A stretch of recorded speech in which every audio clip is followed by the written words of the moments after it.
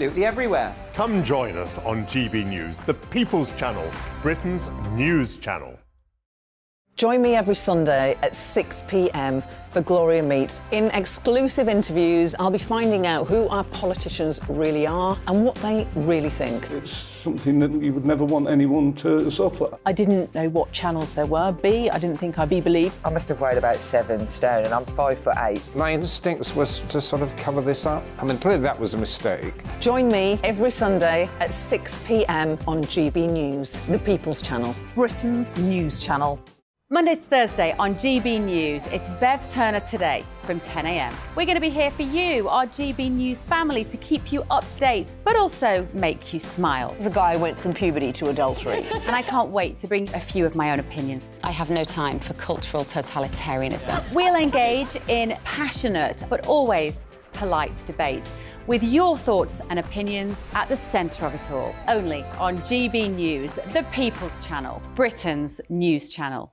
Hello, I'm Michelle Dewberry, and you can join me every weekday 6 till 7 on Jubes and Kerr. You're an inspiration to us all. Clip that bit up. Well, you are. That's my ringtone. My political ambitions those days are gone, I can tell you. She's only teasing. Go on. He's probably going to want to lay down now. I'll give him 2 minutes to have one. Let's respectfully disagree. That's what we like on Jubes and Kerr. Come and join us. GB News, the People's Channel.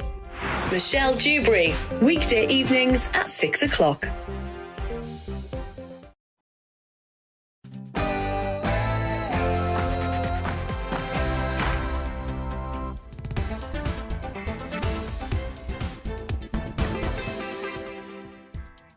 Hello, good afternoon and welcome to GB News on TV, online and on digital radio.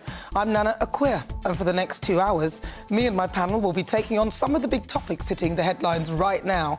This show is all about opinion. It's mine, it's theirs, and of course it's yours.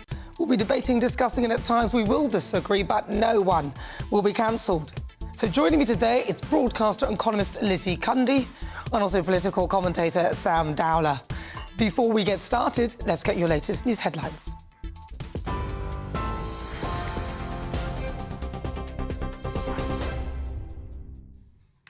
Nana, thank you. It's 4 o'clock. This is the latest from the GB Newsroom. The Prime Minister says he wants Western allies to follow the UK's lead in training Ukrainian pilots to fly advanced warplanes.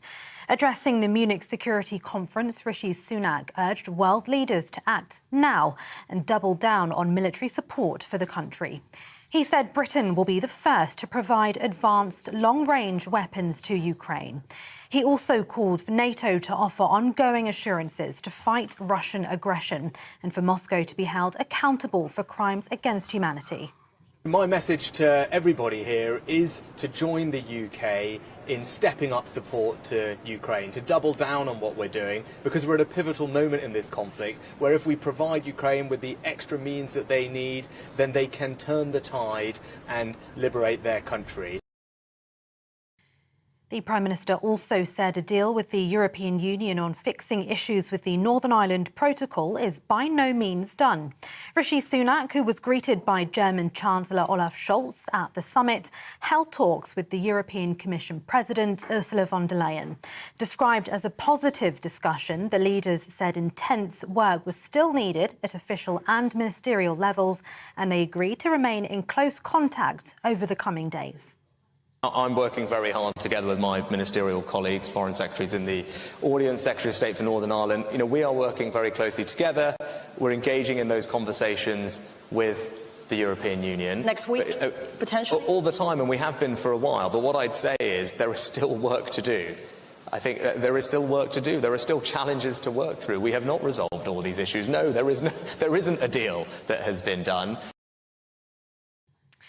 The body of former Premier League footballer Christian Atsu has been recovered in Turkey. His agent confirmed the Ghanaian who'd played for Newcastle, Chelsea and Everton was found under the rubble of his home almost 2 weeks after the earthquakes. More than 45,000 people have been killed in both Turkey and Syria. Rescue efforts continue. This morning, a child was among 3 people saved, 296 hours after the first quake hit. Now, one of the UK's richest people, Sir Jim Ratcliffe, has confirmed his company Ineos has joined the race to buy Manchester United. He's competing with Sheikh Jassim bin Hamad Al Thani, the chairman of one of Qatar's biggest banks, to acquire the club from the Glazer family. Sir Jim says he wants to make Manchester United the #1 club in the world again. Railway engineering workers are to hold 3 48-hour strikes next month. Members of the RMT union at Balfour Beatty will walk out on the 3rd, the 10th and the 17th of March in a dispute over pay. They rejected the company's offer of a 5.5% increase in pay to be backdated to April last year. Meanwhile, unions representing thousands of university staff have called off 7 days of strike action over the next 2 weeks. Issuing a joint statement, they said an agreement has been reached on pay and pensions, with a final pay offer of between 8 and 5% from August. However, the 5 planned strikes in mid-March over grading and 0 hours contracts will still go ahead. South Korea has condemned the North for firing a ballistic missile, describing the move as a clear breach of UN resolutions. Pyongyang launched a missile into the sea off its east coast this morning as the US and South Korea prepare for annual military drills. North Korea fired an unprecedented number of missiles last year, including those with the ability to strike anywhere in the United States. And almost 2,000 homes in Aberdeenshire are still without power after Storm Otto. Strong winds caused blackouts across both Scotland and Northern England yesterday, but most properties have now been reconnected to the grid. Scottish and Southern Electricity Networks say it sent food vans to affected areas, and it hopes all power will be restored by the end of the day. This is GB News. We'll bring you more news as it happens. Now it's back to Nana.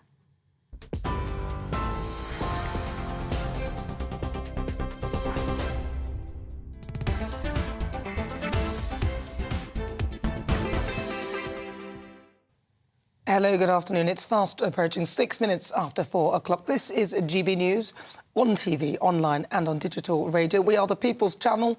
I'm Nana Akua. How has it got so bad? This woke sanitation and, in so many cases, downright butchery of the English language has to stop. Take a listen to Sam Smith. You're a big fan of fishing. I do love fishing, yes, I do. What? Yeah, I'd love to be a fisherman. What, like a fly fisherman? I'd be any type of fisherman. I think I would like to, one day I'd just like to end my days fishing. Fisher them? He just made that up. I mean, when did the majority agree to this nonsense? I mean, you can see he's actually laughing when he's saying it. But the more I think about it, the less funny it becomes, because there's actually a sinister edge to this when authors whom the world hold in high regard and whose work, in my view, should never be tampered with, are being sanitised by someone somewhere to make their work supposedly more palatable to the woke wallflower minority, who, rather than sidestepping books written with perfectly normal words which they have demonised, would rather alter them on a global scale, changing the author's words forever. And it seems nothing is sacred. Legendary writers like Roald Dahl, Puffin, the publishers have removed the word fat from his books. So, for example, Augustus Gloop in Charlie and the Chocolate Factory is no longer fat. They've actually changed it now so that he's enormous. Oh, I don't know about you, but I think I'd be more offended being called enormous than just fat. Tiny, the description given to the Oompa Loompas, has been replaced with no higher than my knee. And small men has now become small people, so they're now gender neutral. Who decided that these things were offensive? I mean, they're simply descriptions. They've even removed black and white, so no one can turn white with fear, and the BFG's cape is no longer black. Are you offended? I'm not. And instead of Mrs. Twit's fearful ugliness, they've taken out the word fearful, leaving ugliness. So fear isn't allowed, but being called ugly is perfectly fine. I mean, what the hell is going on? And because these woke warriors appear to be obsessed with mental health, they've also removed the words crazy and mad. And these are only some of the examples. And if Roald Dahl was alive today, he'd be turning in his grave. If he's anything like me, when one of my producers even dare to change one word or even a comma in my opening monologue, they will hear the words and in an unmistakable touch it and I will kill you tone, don't touch my monologue. And many a producer have come a cropper thinking that they can just add bits in willy-nilly and dabble with my wording to make it more palatable in their eyes. This has gone too far. I mean, it almost feels like an exercise in controlling people's thoughts, acting as judge and jury on what language is preferable. It's not even as though they were swearing in many of the books, they're just altering. But some faceless woke warriors decided that now these words are offensive. It seems nothing is sacred to these ideologues, extending their narrative unnecessarily and often butchering the English language on their way, rather than just simply changing things instead of into what they want to hear. I mean, can't they just do what the majority of us do? If they don't like it, exercise their freedom of choice. Don't buy the book. Don't read it.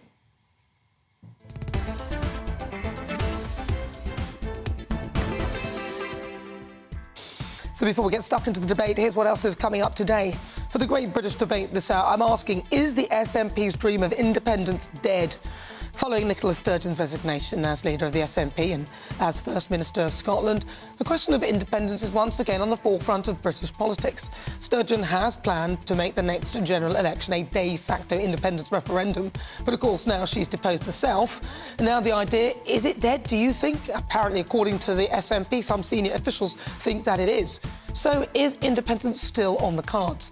Then at 4:50, it's Royal Roundup time. Both Lady Victoria Hervey and royal biographer Andrew Levin will be joining me to give all the latest from behind the palace walls. On the menu, cartoon comedy. South Park has taken aim at Harry and Meghan in a hilarious episode where the couple continuously attempt to seek privacy but end up blocking roads, protesting, and they even appear on a Canadian talk show.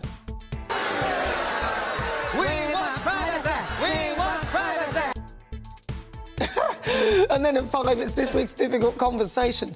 George Nicolau will be live in the studio. Now, George's son, Christopher Forrest, took his own life last year whilst he was studying for his GCSEs. His son suffered from online bullying after being encouraged to take on numerous challenges that had the potential to cause huge harm. George and his wife have now set up a charity to help families in a similar position. I'll be sharing their story later. Now, that's on the way in the next hour. As ever, tell me what you think on everything we're discussing. Email gbviews@gbnews.uk or tweet me at gbnews.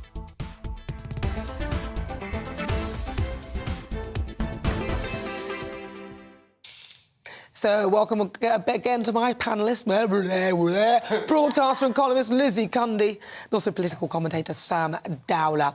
Right, I'm going to come straight to you, Lizzie Cundy.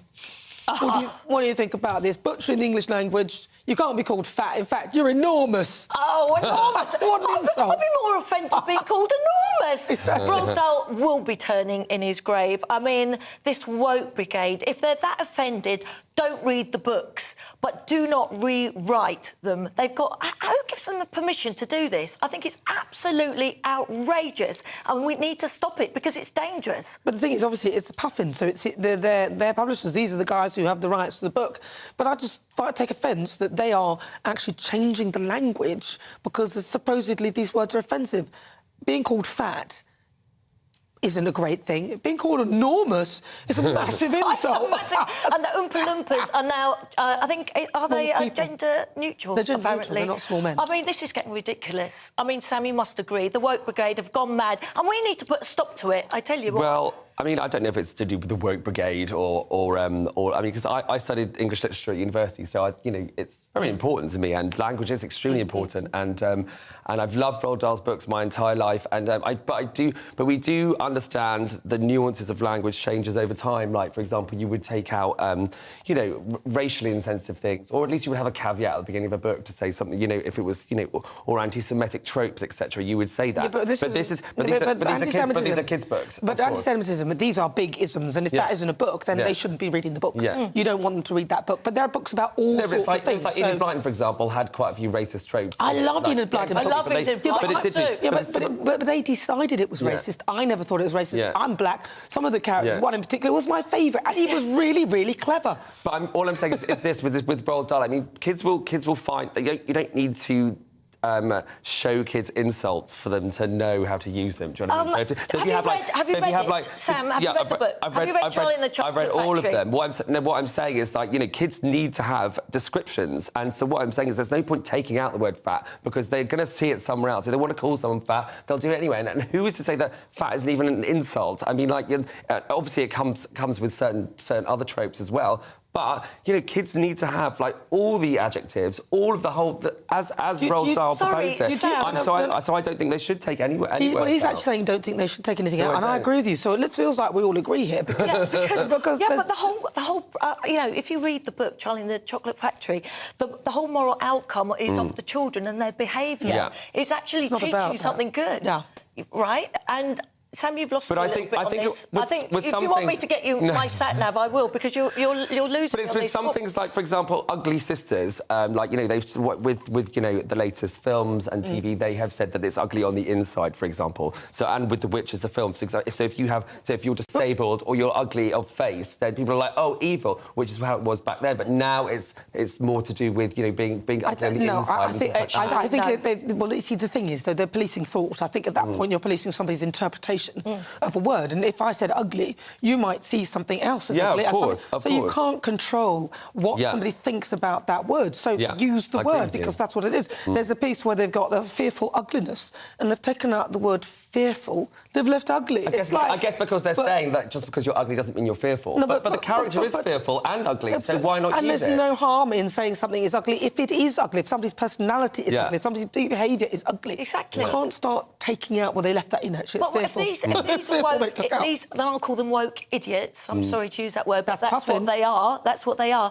Why don't they write their own stories? Leave the ones that are written and the classics and also, alone. Yeah, and I agree with you. Put their own woke warriors in. Yeah, and Roald Dahl is a fantastic author, and at least, like, I mean, in America, they're just removing some books completely from the view, especially if you've got their LGBTQ content in. They're removing them completely or burning them, etc. So I don't think you should take books away from children at all. Let them learn. Let them make their own minds up. This is a slippery slope. Exactly. When we saw Sam Smith there going, Fisher then. I mean, what is that about? Please. Sam Smith thought that was funny. You could see they thought it was funny. No, but he made it... But that's the thing, though. But it's becoming a joke. Yeah, but he is making a joke out of it, and that's... Well, I mean, he didn't make it obvious that he was joking about it. You had to interpret whether he was laughing at it or whatever.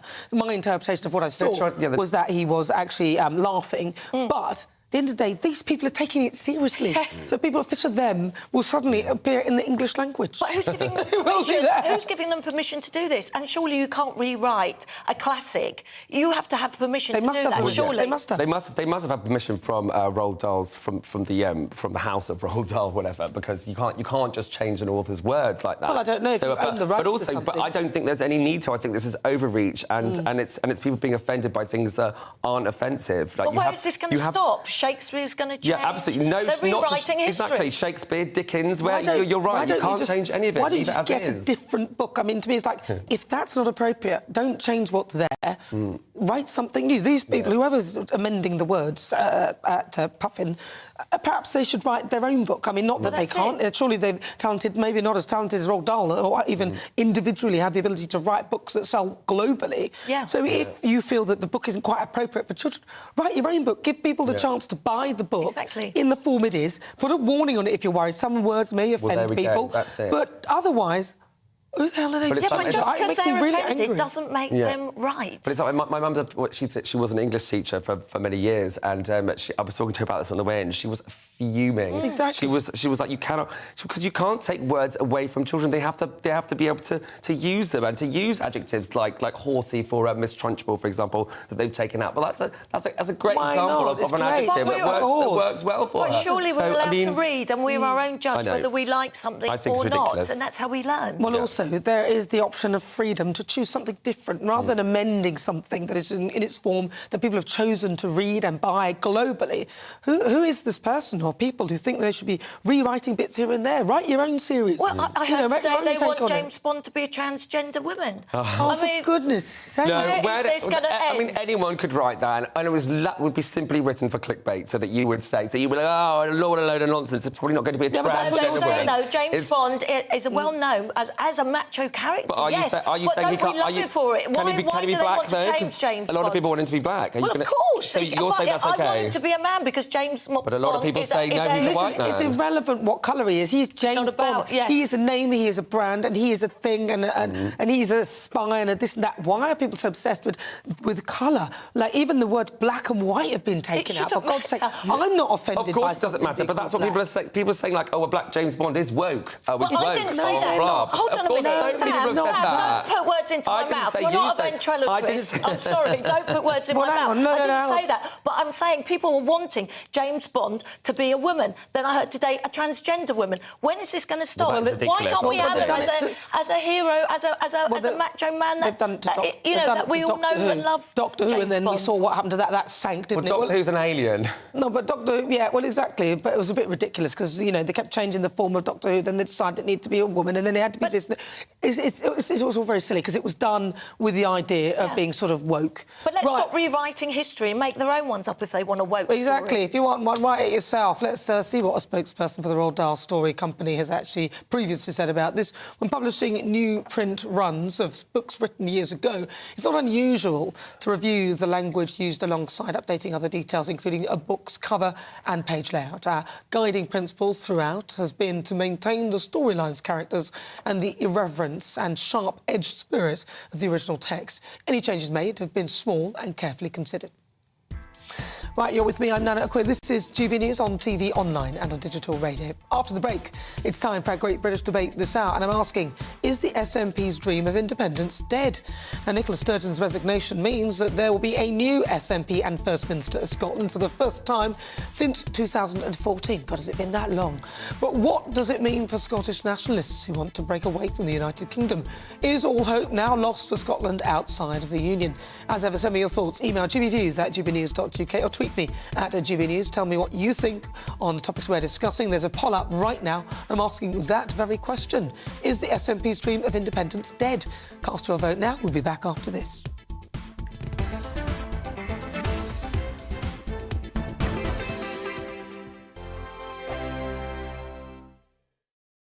It's all about family, being in people's living rooms, all the interaction and getting to know who our viewers and listeners are. When I was young, my dad used to say, Nana, stop arguing. I wanted an outlet that would enable me to give my opinion. People are going through a really hard time right now, and I know that you don't feel like you're being listened to by the establishment. I came to GB News because it's the People's Channel, and I want the audience to have their say on the events of the day. We're dynamic. We do something different. Democracy shows that the wisdom of the nation is in its people. I get to travel to find out what the story is from a personal perspective. The British people aren't fools. We know when we're not being told the full story. We've got to work out how Britain moves forward from this. It's the best country in the world. The establishment had their chance. Now we're here to represent your views. Britain's watching. Britain's watching. Britain's watching. We're proud to be GB News, The People's Channel. Britain's news channel. Hi, Andrew Pierce here. Join me every Friday lunchtime for a proper no-nonsense debrief of the week's events. With special guests in the studio and the GB News team on the ground, I'll be getting you up to date with news, some intelligent discussion and my own sharp take. The weekend starts here with me every Friday lunchtime on GB News, the People's Channel, Britain's news channel. I'm Andrew Doyle. Join me at 7 o'clock every Sunday night for Free Speech Nation, the show where I tackle the week's biggest stories in politics and current affairs with the help of my two comedian panellists and a variety of special guests. Free Speech Nation, Sunday nights from 7 on GB News, the People's Channel, Britain's news channel. Join me, Patrick Christie's, Monday to Friday, 3 till 6. We tackle the day's news agenda like you've never seen before. It's high tempo, high octane, the most controversial topics, and the best guests. You will not be able to take your eyes and ears off it. I'm not afraid to ask the questions that you really want answered. 3 till 6 p.m, Monday to Friday on GB News, the People's Channel, Britain's news channel.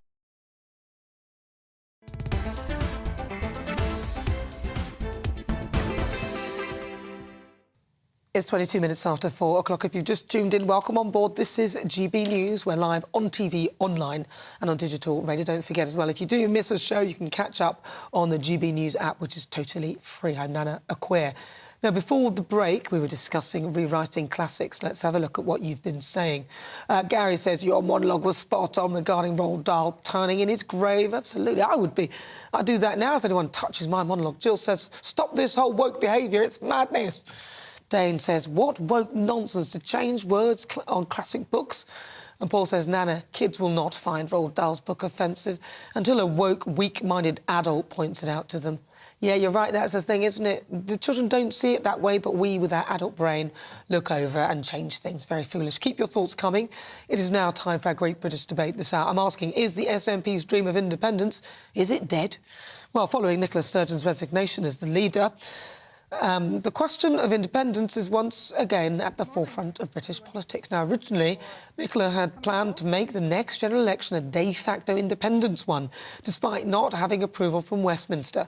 But that idea is now dead in the water. That is according to senior SNP officials. The National Executive Committee have decided to hold a leadership contest in March, so any discussion on a route forward regarding independence has been delayed to allow the successor time to outline their vision for the party. And a lot of people are suggesting that the entire movement could be scuppered now that the highest profile person in the fight for it is now stepping down. But others have claimed that a new leader at the helm could be a way of paving a brave strategy, a new strategy, a better one, that could ultimately lead to the dissolution of the United Kingdom. So, for the Great British Debate this hour, I'm asking, is the SNP's dream of independence dead? Well, joining me now is GBNews presenter and comedian Leo Kearse, former member of the Scottish Parliament Brian Monteith, and former MEP and businessman Ben Habib, and former Labour Minister for Europe and writer Dennis McShane. Dennis, I'll start straight with you because I know you've written a lot about Nicola Sturgeon. Talk to me about this. Do you think that perhaps, because she's now kind of gone, that her legacy has diminished somewhat? Yes, I mean, she hasn't got a very good legacy anyway in terms of running Scotland. The health service disaster, the education system, the finest in Europe, has been absolutely disintegrating under the SNP. Why? Because they're a nationalist identity party. And when you choose nationalist identity over the interests of the country, you often founder. So in Scotland, it's the idea of secession from England. In England, it's nationalist identity politics, including the secession from Europe. That's not going very well at the moment. Ben is laughing. Ben, why are you laughing? Ben, enough, Dennis, let me finish, Ben. That's not going terribly well at the moment. All right, it's not going very well. We've had me on before. The Times, the Telegraph, all the papers now, a lot of Tories are saying Brexit isn't working. Ben says it isn't working. The deal isn't working, Dennis. There's a big difference between the lousy deal that Boris Johnson delivered and Brexit not working. The deal is rubbish. We need to fix the deal. You mentioned the threat, Nana, to the United Kingdom. The biggest threat that we face to the integrity of the country is in Northern Ireland as a result of the withdrawal agreement, the Northern Ireland Protocol. That comes way ahead of Scotland, by the way. We have to take Northern Ireland back in part to settle the Scottish issue. Because if we let Northern Ireland go the way it's going at the moment as a result of this deal, Scotland is going to take encouragement from that. Nationalists in Scotland will get on their soapboxes and bang that drum. And so we've got to be strong in the union. And I'm sure Dennis supports that. I'm sure he wants to get rid of the protocol and bring Northern Ireland firmly back in as an equal member of the Union of Great Britain and Northern Ireland. Well, let's get Leo in. Leo Kearse, because you're Scottish, so surely you support Nicola Sturgeon. I was born in Scotland, no, don't forget. Yeah, but you haven't got a Scottish accent. What's that got to do with it? Yeah, I'm not a supporter of Nicola Sturgeon. I mean, I think Nicola Sturgeon was, for all her faults, she was the greatest asset the SNP had. I mean, she was a great communicator and she could really sell this message. But yeah, they're a single issue party. They've been in power for a long time. It was 2007 that the SNP took power in Scotland. So they've got the same malaise that's affecting the Tory party. They're just tired and they haven't been able to sell this message. Now the Scottish people, I mean, independence is a very emotive, very saleable message to people who might not follow politics too closely or be too concerned about the minutiae of the technocratism of running a country.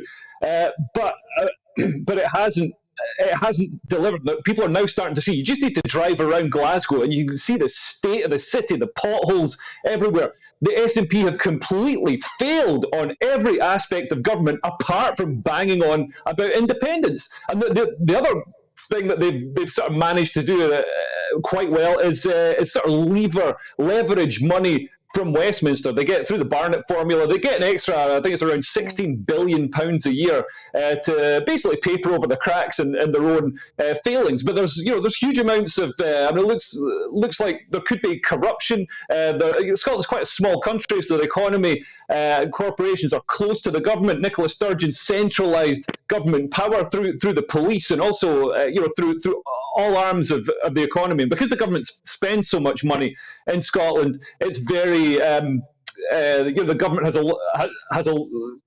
It looks like there's money being funneled, through the ferries, through other things. We don't have any proof of that, though. But I know it's. We don't have any proof. We don't have any proof. People have been saying it. So Yeah, I think people in Scotland are waking up to the fact that independence it's a bit of a dream, and they'd rather be able to feed their kids and not die, let's see what Brian age has to say. 35. Brian Monteith. Well, the dream is not dead for independence because that's what it is. It's a dream. And for many people, probably all four that you've got on here today, it's a nightmare. But Nicola Sturgeon was a very effective communicator. Let's face it, she was able to sell snake oil and people bought it. But the truth is, she got the wrong concoction the last time round with her gender recognition bill, and that really was a board. It was unpopular. People were against her. And her ratings have plummeted and the SNP ratings have plummeted. So what I think is likely to happen is that support for nationalism will decline, but then with a new leader who might be able to focus on the day job, actually improve education, give some emphasis to healthcare, actually build roads if the Greens will allow them, then that was very good. Nationalism come back. Because nationalism is a dream or a nightmare. It doesn't go away. And so the message to unionists has to be, you cannot afford to be complacent. You have to sell and sell over again the beauty of being British, the beauty of being in the United Kingdom, and all the advantages that gives us. And unless they do that, and just take it for granted that Sturgeon's demise is job done, then the SNP will probably win the next election again. Well, the Labour Party are coming up a little bit, but I mean, the failure of the Labour Party is really one of the biggest reasons why the SNP have managed to have such a stronghold. Ben, you were laughing when you were laughing in that. Why? Well, I think Brian never speaks anything other than absolute pure sense, and we just saw that again. But Brian's quite right. You've got to have policies for Scotland. If you're going to win the debate for nationalism, Scotland's got to be seen to be doing well. And what I thought was quite interesting recently when we put taxes up in this country, Scotland, instead of using the opportunity to actually undercut England and attract talent north of the border, actually set their tax rates slightly further north of where ours are. Making the case for unionism. Because it'll be us who'll be subsidising, it'll be England subsidising Scotland and, providing the funding to get over that hurdle. Well, some would argue that Scotland have some great assets there that we are sort of taking a lot of profits from, for example, that they have oil and things like that. Well, if Nicola Sturgeon had her way, she'd cap all the oil fields, close down all the gas storage facilities and turn her back on that natural resource. But she's gone now. She's not involved in that, then. She's gone. Yeah, she's thank gone, goodness Ben. she's like gone. Nigel Farage, she's gone. Boris Nigel's here on GBNews. He's not gone anywhere. Leo Kearse. Yeah, I mean, she's gone, but the ideas that she has live on, and one of those ideas was trying to make Scotland different to the UK through this progressive, not just through gender ideology. If the SNP saw a ridiculously terrible idea, whether it's green policy, rent controls, higher taxes, whatever it was, if they saw it, they grab it and enforce it. Also, the hate crime bill is brought through by Hamza, who apparently has put his hat into the ring. So that they've shown what an independent Scotland could be like, and it basically looks like North Korea with worse weather. Well, I don't know. But in short, listen, we're running out of time, so I'm going to ask you, yes or no, Dennis McShane, do you think that the dream of Scottish independence is dead, yes or no? The dream never dies, but Scotland won't go independent, and Britain will soon have to come to terms that Brexit nationalism, Tory Brexit... Oh, I knew it would come out. No, it was a yes or no, not Brexit. Benabid, yes or no? Do you think it's dead? The dream is not dead, but the reality will never manifest itself. Brian, yes or no? dead or still alive? Like communism, the dream will be maintained. But let's be clear about it. Brexit actually makes independence harder. So Brexit is something Dennis should support if he wants to keep the United Kingdom together. And Leo, final word to you, very briefly. Yes or no? Is the dream of independence, in your view, dead in Scotland? It's not dead, but I think it's going to be curdled by ultra-nationalists and ethno-fascists, reappearing in the SNP's ranks. Well, listen, thank you so much, Leo Cass, also Brian Monteith, Ben Habib, and also Dennis McShane. Thank you so much for your thoughts. Well, this is GB News. We're live on TV, online and on digital radio. It's just coming up to 34 minutes after 4 o'clock. I'm Nana Akua. Excuse me. After the break, we'll continue with our great British debate. And I'm asking, is the SNP's dream of independence dead? You'll hear the thoughts of my panel, broadcaster and columnist Lizzie Cundy, also political commentator Sam Dowler. Then stay tuned at 5. It's this week's difficult conversation. George Nicolau will be live in the studio. Now, George's son, Christophoros, took his own life last year. Now, Christophoros suffered from online bullying after being encouraged to take on numerous challenges that have the potential to cause harm. And George and his wife have now set up a commissioned a charity which has raised over £20,000 in an attempt to provide children and teenagers with activities rather than entering the digital world. That's all on the way, but first, let's get your latest news headlines.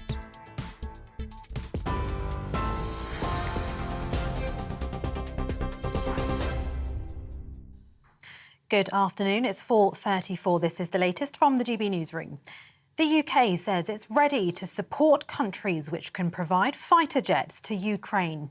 The Prime Minister made the commitment after addressing the Munich Security Conference, where he urged world leaders to act now and double down on military support. Rishi Sunak said the West's response to Russia hasn't been strong enough, and to win the war, Ukraine needs more artillery, armoured vehicles and air defence. What I've done is say to all allies that we stand ready to support them if they can provide fighter jets to Ukraine now. And for our part, we're also leading the world in training Ukrainian pilots on NATO standard aircraft. That's the right thing to do, because this is about giving Ukraine the means to defend themselves and win this war. That's about more air defence, it's about armoured vehicles, it's about long-range weapons. The UK is out in front in all of these things, and it's important that we continue to do so and lead, because we all want to see Ukraine succeed. The Prime Minister also confirmed Britain and the EU have an understanding on how to solve problems with the Northern Ireland Protocol, but said no deal's been done. Talks between Rishi Sunak and the European Commission President were described as positive, but the leaders said intense work was still needed at official and ministerial levels, and they agreed to remain in close contact over the coming days. The body of former Premier League footballer Christian Atsu has been recovered in Turkey. His agent confirmed the Ghanaian international, who played for Newcastle, Chelsea and Everton, was found almost 2 weeks after the earthquakes. More than 45,000 people have been killed in both Turkey and Syria. This morning, a child was among 3 people rescued 296 hours after the first quake struck. And British billionaire Sir Jim Ratcliffe and his company Ineos have joined the race to buy football club Manchester United. The chairman of one of Qatar's biggest banks, Sheikh Jassim bin Hamad Al Thani, has also tabled a bid. Sir Jim says he wants to make the club a beacon for a modern, progressive, fan-centred approach to ownership, which is focused on winning the Champions League. TV, online and DAB+ radio, this is GB News.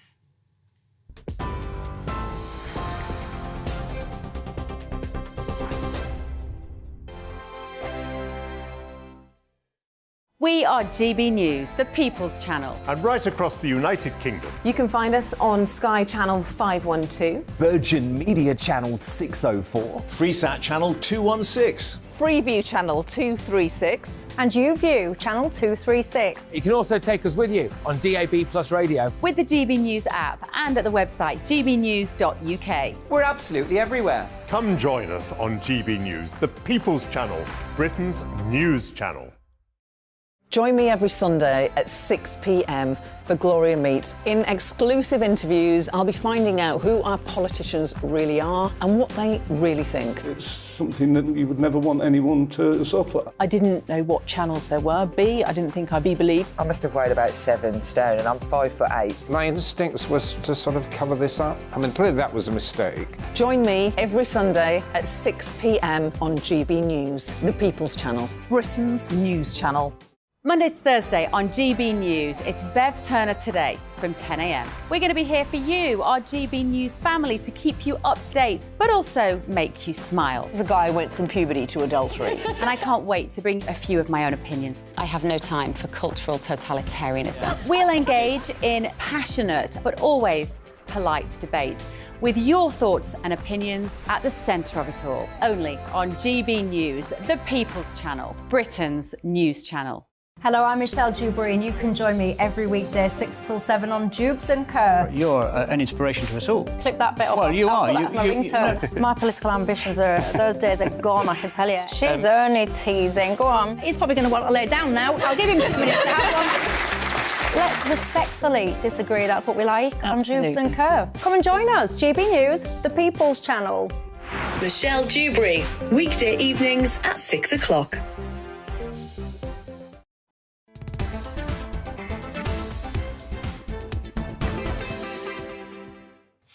Good afternoon. It's coming up to 39 minutes after 4 o'clock. This is GB News on TV, online and on digital radio. I'm Nana Akua. It's now time for our Great British Debate this hour. I'm asking, is the SNP's dream of independence dead? Now, following Nicola Sturgeon's resignation as the leader, the question of independence is once again at the forefront of British politics. And now Nicola had planned to make the next general election a de facto one with regard to the independence, but despite not having approval from Westminster, she was going to go ahead with it anyway.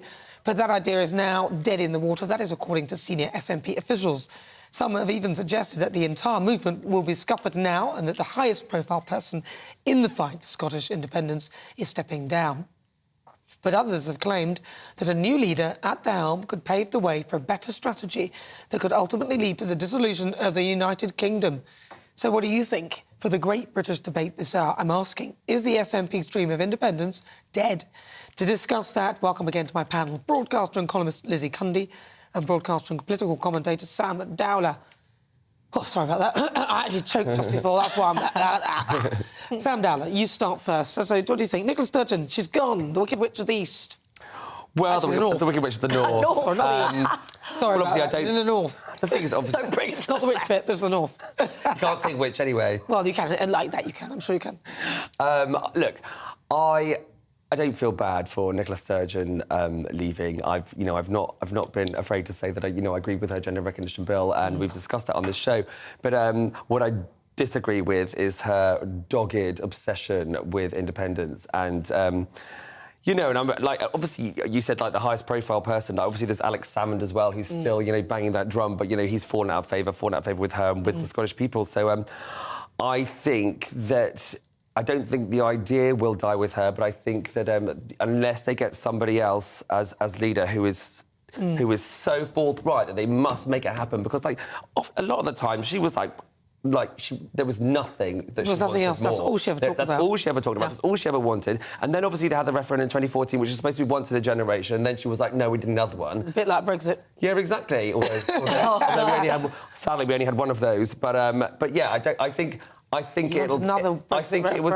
it's not the end of independence, it certainly will push it back by a good 5 years, I would say. Well, a lot of the Scottish people, I mean, they say that the split is about 50-50, so a lot of people actually want that independence anyway. But I wonder if without her, as you suggest, that will actually be able to happen. What do you think, Lizzie? Well, she was the clueless monster, wasn't she? I'm not talking about the one in Loch Ness. I'm talking about Nicola Sturgeon. No, what a irritant, what a toxic, dangerous woman, and not just Scotland's better off without her, but the whole of the world is better off without her. But some people would argue... She's not dying. But some people would argue that even though you might see that, she actually had an ability to garner support, get an audience, and then get people behind her. I mean, look, that is a gift in itself. Yeah. Look at the likes of Rishi Sunak. Everybody's running away from behind them. So, she has got something. But Nana, she went obsessive. She was bleating on and on and on about independence. That she just put people off it. What about the other problems she forgot about in Scotland? Their huge drug problem, their huge alcohol problem, their huge crime problem that Scotland have, education, policing, so many other issues. She just didn't even bother with. She just was on her own crazed obsession with independence, and that's been her downfall. Yeah. And good riddance to her. I would say that, and of course. But what about... I think, actually, if you look at the Gender Recognition Reform Bill, I think ultimately that brought her down. And even though she said that it wasn't that, the reason I think it was that she showed an inability to listen. And then when it was quite clear that she had made a mistake and that it was, when she misgendered the person, then she said it was a she, then they said, so why are you saying it's a she? Then she said the person who's... So then she got herself into a load of knots. She made an absolute fool of herself. And at that point, you thought... What? Yeah. I think it was like the Wizard of Oz when the curtain comes back. Well, and it was. What? I think it was a catalogue. It was a catalogue of disasters. The Gender Recognition Bill, which you agreed with, and I still agree with it. And it passed with a majority after the most amount of debating in Holyrood that's ever seen. Like the lights came off because they were debating until midnight. But it was just that, combined with the fact that people weren't sure whether she really was, fighting for trans people, or whether she just wanted to use it as a tool to further her independence. Of course, but it always was. But it always was. There was always whatever she did. Exactly. There was always disguised. Then the curtain would come off, and it was break up the union, which is why my mother always said break up the union, because that's all she ever did. Exactly. She used the trans community as a political football, used them as pawns for her own obsession with this independence. But there are those that argue that she had an affinity towards the trans community and that she was being understanding. I mean, look, I don't think so. I agree with you, but some people would see it that way. But did you not see her in that interview where she was getting all muddled and mixed up? She didn't know what she was talking about. I think, obviously, the Isla... Bryson. Adam Graham. Yes, that scenario was obviously a nightmare. It's obviously a nightmare for his victims, and and I don't think he's a trans woman at all. I think that, as his ex-wife said, he's an opportunist. And his parents. And I think that she tied herself in knots because she was trying to stand by the trans community, but this wasn't a trans person. She didn't want to say it wasn't a trans person, and it was just all a big old mess. But you even see her in her final press conference, and she said, I'm just going to take a few questions. Went on forever, did 160s me's, and even the translator got tired. They had to bring in another one. She didn't stop talking about herself. So do you think, then, with that in mind, that actually Scotland has actually got tired of this constant, independence, even those who probably support it and would like independence, even though... when you look at things like Ukraine, you sort of think, do you really want to go the way of being such a... we need to stay together, in my view. That's all I think. I'm glad that we're not within the EU, but I'm quite happy that, Scotland and we have our united... Well, I would prefer if we were in the EU. Obviously, I've said that before, but I think, this goes back to devolution with Tony Blair, etc., whereas, there was, above the border in Scotland, there was a lot of dislike and hatred of British people, of English people, rather. So, and that has changed over the years with their own government, and I think I just think she's pushed this button so many times and it hasn't worked out for her, and I don't think it will happen. Can I just ask you, when you say changed, as in what way? Attitudes have changed.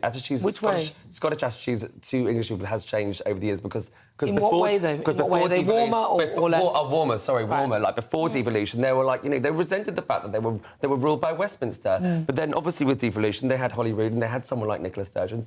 So it's different. So it's a different scenario, and I think that is obviously for the better. And I think that we're a good few years away from independence. I think it's dead as a dodo. I mean, in 2014 they gave the big thumbs down, didn't they, for this? And she's not stopped going on since, and that is the problem. And I'm afraid the dream is over. She thinks the dream is dead. The dream is dead. With all referendums, I think I don't think it should be down to 50, 51, 49. I think it should always, with any referendum, I think it should be like at least a 10% or a 5%. People are fed up of hearing about it. No, you can't just say, oh, well, if it's 2%, then it's this and this. It's either you've won or you haven't, and that's it. Such a fine line. Well, it has to be, because otherwise, where do you draw the line? You can't say, oh, well, 2 above the line, that's the line, 2 above... It could just go on forever. Who decides how many above the line? No. I don't think she's being being honest for her reasons for going. I mean, there are many, you know, where Well, you don't want to admit that you've come up with a stupid idea that any Tom, Dick and Harry can identify as. She would never admit defeat anyway. You don't want to say that you've come up. You don't want to say that you've come up honest? with a stupid idea where any Tom, Dick and Harry can identify as a woman. And get into I want to ask where the 600k raise for the referendum is. Well, there are lots of questions that are still going on. Yeah, that's under investigation, so we obviously won't discuss that, but it'll be interesting to find out. But as ever, this show is nothing without you and your views. Let's welcome our great British voice, your opportunity to be on the show. Tell us what you think about the topics we're discussing. Let's go to Bristol. Aww. Let's have a chat with Lee Harris. I want to hear his very sensible view on this. What's your take on it, Lee? Nice to see you. To see you, nice. Hi, Nana. Hi. I read a brilliant tweet earlier which really made me laugh, so I really want to say it. And it said, "The clown has gone, but unfortunately the circus remains." And I think that summarises it perfectly. So I don't think it's terminally dead, but independence movement has taken, certainly taken a painful beating, which I imagine is going to last for some time. You know, the facts are clear. Nicola Sturgeon ended her time as First Minister in abject failure. She hasn't got Scotland any closer to independence by any provable measure. She's easily the most overrated politician in the UK who was propped up by a loved-up Remainer lefty MSM. You know, just before she abandoned ship, Lord Ashcroft polling, this might have already been said, so apologies if I'm repeating it, but Lord Ashcroft polling showed 56% of people in Scotland would vote no to independence and 44% would vote yes. That's 1% worse than the result of the referendum in 2014. So she's literally gone backwards. There's going to be no special conference to discuss independence. She's lost to the Supreme Court to hold an independence referendum. You know, there's simply no credible or legal route to independence left for the SNP. Well, she probably thinks that she did a Jacinda Ardern and left with dignity. Listen, Leo, we've run out of time. We've got to go. Thank you very much. That's Lee Harris is there in Bristol. Those are his thoughts. Let's see what you've been saying. Gary says Scotland had its chance. It chose to remain in the UK and be bossed by Westminster. Brian says it was the SNP's dream and not the people of Scotland. Interesting. Darryl said it is Sturgeon now identifies as unemployed. I think she's still going to be knocking about. Well, there's a poll up on Twitter throughout the show, and I've been asking you whether the SNP's dream of independence is dead, and currently 87% of you say yes, whilst only 13% say no. Well, you're with me, I'm Nana Akua. This is GB News. We're on TV, online and on digital radio. After the break, it is Royal Roundup time, and Lady Victoria Hervey will be joining me in the studio, and my biographer Angela Levin will be talking about the episode of South Park, yes, where that hit comedy series took aim at Harry and Meghan and where they called for privacy.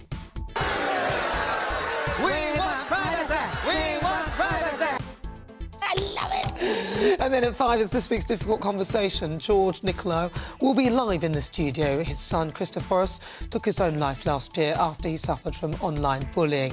Now, Christopherus was encouraged to take on numerous challenges that had the potential to cause harm. George and his wife now set up a charity to help others. Don't go anywhere. We'll be back after this.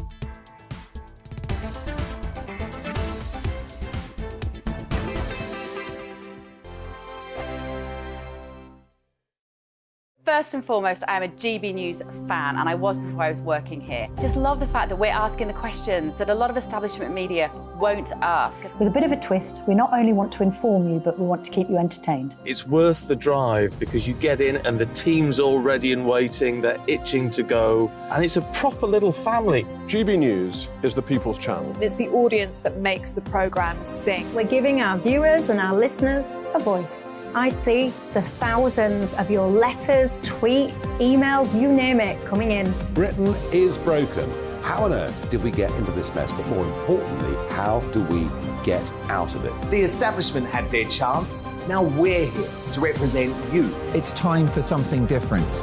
It's time for GB News. I'm very patriotic. I believe in Britain. Our best days lie ahead. Britain's watching. Britain's watching. Join us here on GB News. The People's Channel. Britain's news channel. We are GB News, right across the nation. You can get us on television, on radio, on digital. We're absolutely everywhere. Amazing! You see, amazing! You remind me of me in the European Parliament. But here's the most important bit. We are not part of the mainstream establishment. We think and speak just like you do. We are the People's Channel. Magnificent. That's really, really thoughtful. Come and join us on GB News, the People's News Channel. Monday to Thursday, 9 p.m. till 11 p.m. Join me, Dan Wootton. I'll bring you the sharpest takes and hottest debates. Do you not believe in prison? I don't believe in prisons. I'm completely stunned. I guarantee you there'll be no spin, no bias, no censorship. I actually was personally quite offended by it.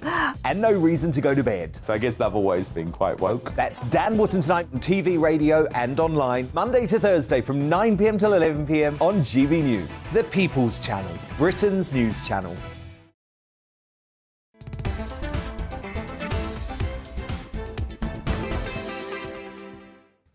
Well, there's always something going on in the royal household. Good afternoon if you just joined me. It's coming up to 8 minutes now to 5 o'clock. And as ever, around about this time, it is Royal Roundup time. I'm Nana Akua. If you've just come on board, this is GB News. We're live on TV, online and on digital radio. And don't forget as well, you can also find out more on YouTube. Now, the Sussexes have been ridiculed in a new episode of the hit American cartoon series South Park. Now, the episode doesn't name the pair specifically, but the characters bear a very, very, very striking resemblance to Harry and Meghan. And according to the reports, we'll be looking at that in just a moment. Now, according to reports, Prince Andrew has kept a close eye on Meghan and Harry's move stateside as he attempts to rehabilitate his image. So on Saturday, I love to give you that rundown, and so who better to do that than joining me live in the studio is socialite and TV personality Lady Victoria Harvey.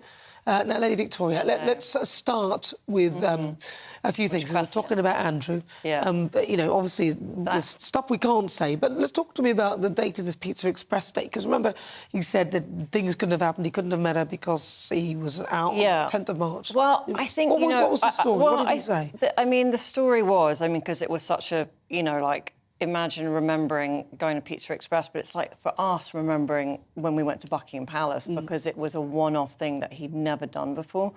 And that was actually like in their private diaries. So, obviously everything is logged, every single thing that they do. So I don't know, I feel like the public just kind of saw that as a joke, like, oh my God, he remembers he was at Pizza Express. But actually, of course, it was something that was very unlike something that he'd done, and the Duchess was away in America. Would that be Sarah Ferguson? Yes. OK, so you're saying Sarah Ferguson was She was in America, hence he had the kids for that weekend. They had a sort of a agreement that they would never be away at the same time. So if he was away, she would be in England with the kids. So, yeah, that was the Pizza Express thing. What are the other questions? Yeah, so basically then, what you're saying is that he was definitely at the Pizza Express because of those things. That's why. So that's in your view. That is, yeah. I don't think they've come up with any evidence to prove it either way. I don't know. Right, but I just feel like the public, I don't know, I think because it was, oh my God, I was at Pizza Express. How I wouldn't remember, but I would remember something like if I was going to Buckingham Palace, that was different, right? Now, a little while ago, the papers were talking about a bathroom because there was a picture of a bathroom that was described by Virginia Giuffre. Talk to me about that, because there was an allegation of sex that happened in that room. So I think the bathroom thing, the thing that she didn't write about, right, in her little memoir thing, that bathroom was mirrored, like the whole thing was mirrored. Now, I remember when I've been in a bathroom that the whole thing is completely mirrored, something that was not put in that memoir, but instead she said it was a round bathtub in the middle of the room that has never existed. Well, that's interesting. I don't know whether it's never existed. Maybe they did something and changed stuff. No, it's not never even existed. No, never existed. Well, interesting. And Prince Andrew's apparently moving to the States. We hear something about that. Then she said he stayed at the ranch in New Mexico, which then she admitted under oath that she'd made a mistake and he wasn't something was out there already. Interesting. And what about Prince Andrew? Because apparently he's moving stateside. Is that true? I think that's highly unlikely. Unlikely. Yeah, I think that is somebody making it up. Rumour mill. Well, we'll find out, won't we? All these different claims. Lady Victoria Hervey with her insider socialite eye. Insider information. Insider. Well, let's see. Let's have a chat with royal biographer Angela Levin now. She joins me too. Angela, Harry and Meghan on South Park. That was so funny. Oh, what's going on there? It was so hilarious. I couldn't stop laughing. I was on my own and I was just roaring with laughter. It's just incredibly funny. But it's also very revealing about their failures, you know, the hypocrisy of their, you know, telling us not to fly, but that they kept these characters in the cartoon kept their plane outside their house. And the way that the interviewer called them, described them, Harry was, the character, we ought to say really, was a royal prince, world traveller, millionaire victim. And Camilla was a surrogate actress, influencer victim. So you sort of make them sort of look ridiculous from the start. It was very funny, but one of the really sad things was at the end when this character, who's obviously like Harry, says, look, let's do what we originally said. We don't want to be a brand. We don't have to prove ourselves. It matters what's inside. And he opens Meghan's mouth, enormous mouth, and he looked inside, and there's an echo, which he says, oh, Meghan, there's obviously nothing there. And that's really what they're trying to tell us, which is very interesting. I think I sort of used those words. Now, I just spoke to Lady Victoria about Prince Andrew eyeing a move to the States. Is that something you're hearing on your radar? Yeah, I'm hearing that it's just something he's thinking about. I don't think he'll go there. He's watching what Harry and Meghan are going. The thing is, he and Charles just don't get on. And whereas he had his mother and he was his mother's favourite and she would always help him do what he wants, William just won't. They are not friends. And so he feels he can get away. He's obviously been left a load of money from his mother and he can take that with him and start a new life. He won't actually be on Netflix. He'll want to do business and charitable work, so it's said, but he won't go on Netflix. You can bet your bottom dollar on that one. Well, listen, Angela, we've got about 20 seconds, so I very briefly want to ask you about Prince Harry and Meghan Markle dropped from the Queen's Commonwealth Trust website. Is that a move that's likely to upset them? I'm sure they will be furious, actually. They did very, very little, but Harry was president and Meghan was vice president. They could have done a great deal. They could have brought a whole freshness and young people together and help young people do very well. Yeah, but they've been wiped out off the website. And you can't expect, if you do very little, you don't deserve to be on the website, do you? You're erased. Well, listen, very interesting. They've been erased at many different levels. Erased, a big echo of erased. Angela Levin, thank you so much. Always a pleasure to talk to you. And thank you so much to Lady Victoria Hervey. Right, well, in a previous statement by Virginia Giuffre on starting legal action against Prince Andrew on the sexual abuse allegations, in a statement, Mr Giuffre said, I am holding Prince Andrew accountable for what he did to me. The powerful and the rich are not exempt from being held responsible for their actions. I hope that other victims will see that it is possible not to live in silence and fear, but one can reclaim her life by speaking out and demanding justice. This is GB News. We're live on TV, online and on digital radio. More to come after this.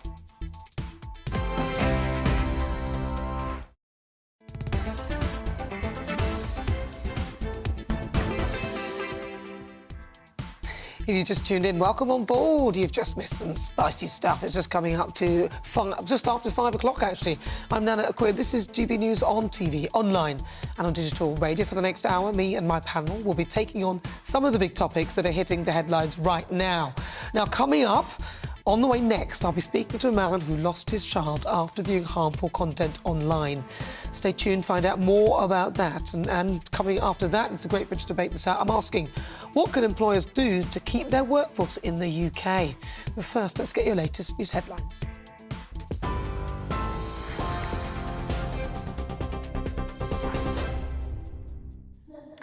Good afternoon. It's 1 minute past 5. I'm Tatiana Sanchez in the GB Newsroom.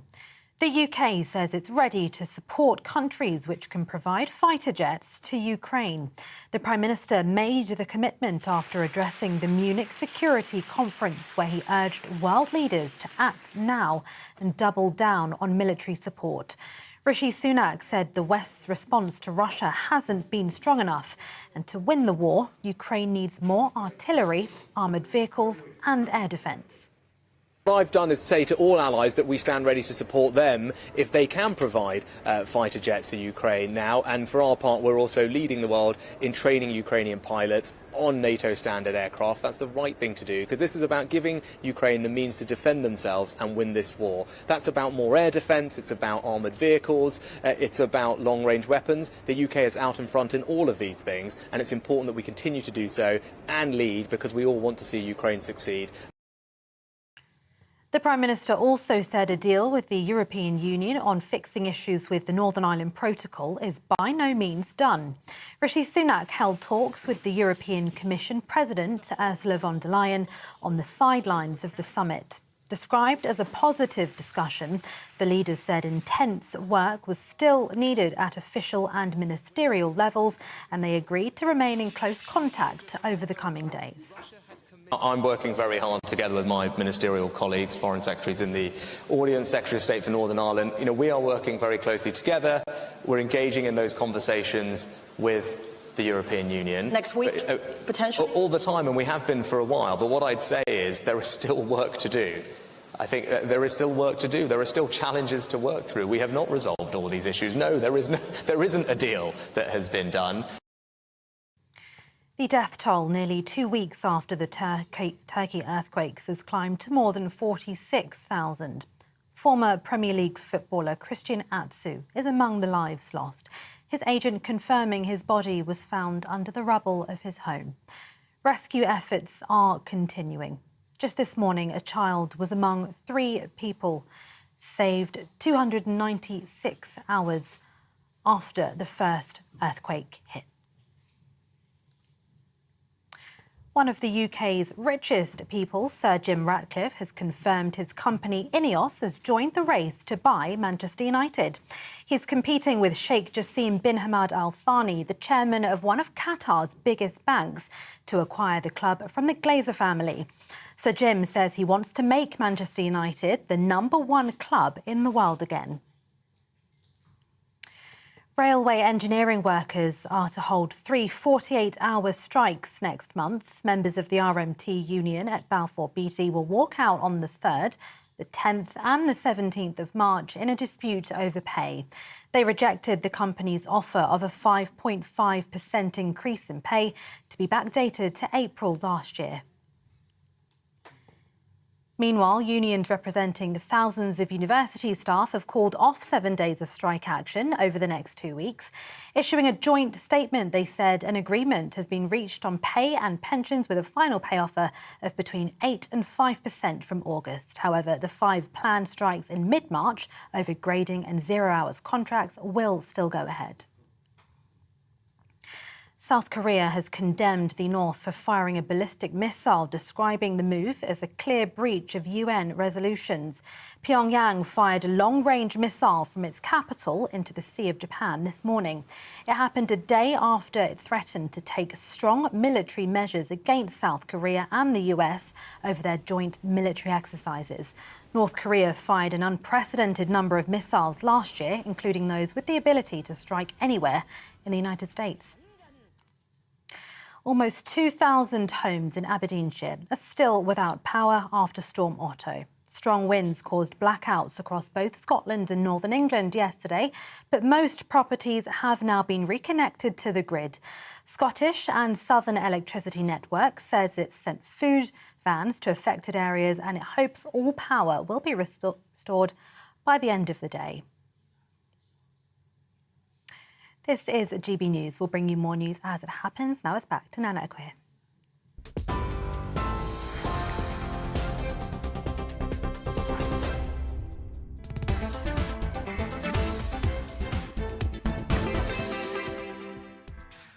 Good afternoon. It's just coming up to 7 minutes after 5 o'clock. This is GB News on TV, online and on digital radio. I'm Nana Akua. Over the next hour, me and my panel will be taking on some of the big topics hitting the headlines right now. This show is all about opinion. It's mine, it's theirs, and of course it's yours. We'll be debating and discussing, and at times we will disagree, but no one will be cancelled. So joining me today, it's broadcaster and columnist Lizzie Cundy, and also political commentator Sam Dowler. Now, still to come, it's time for my difficult conversation. Now, George's son, Christoforos, took his own life whilst he was studying for his GCSEs last year. Now, his son suffered from online bullying after being encouraged to take on numerous challenges that had the potential to cause harm. George and his wife have now set up a charity to provide children and teenagers outdoor activities away from the digital world, and I'll be hearing their story in just a moment. And of course, for the Great British Debate this hour, I'm asking, what do employers need to do in this country to keep their workforce? Now, a winter of discontent has gripped the nation over the last few months, with Border Force staff currently on strike over a pay dispute. An Australian official who is set to visit the UK at the end of February will try to entice Brits with better wages, bigger houses, cheaper rent, and of course, far better weather. Could they convince you to go? Email me, gbviews@gbnews.uk, or tweet me at gbnews.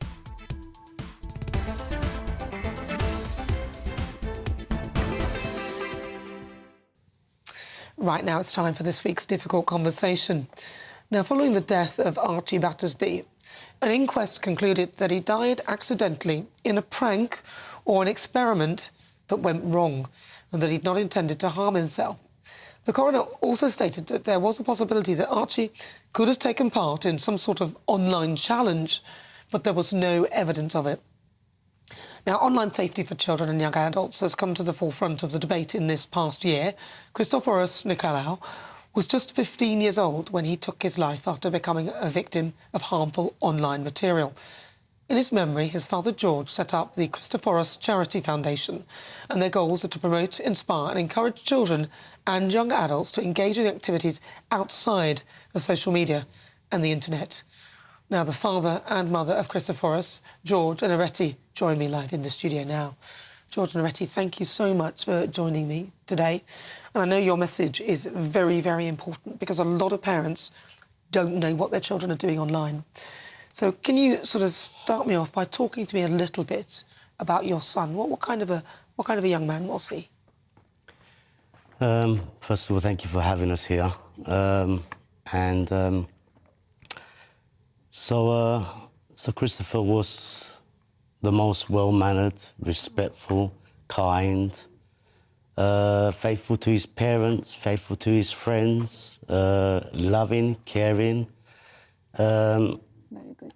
Very good student. Very good student. In fact, he's got an award at school that the children in his year, every year, they'll be winning his award. It's called the Christopher Achievement Award.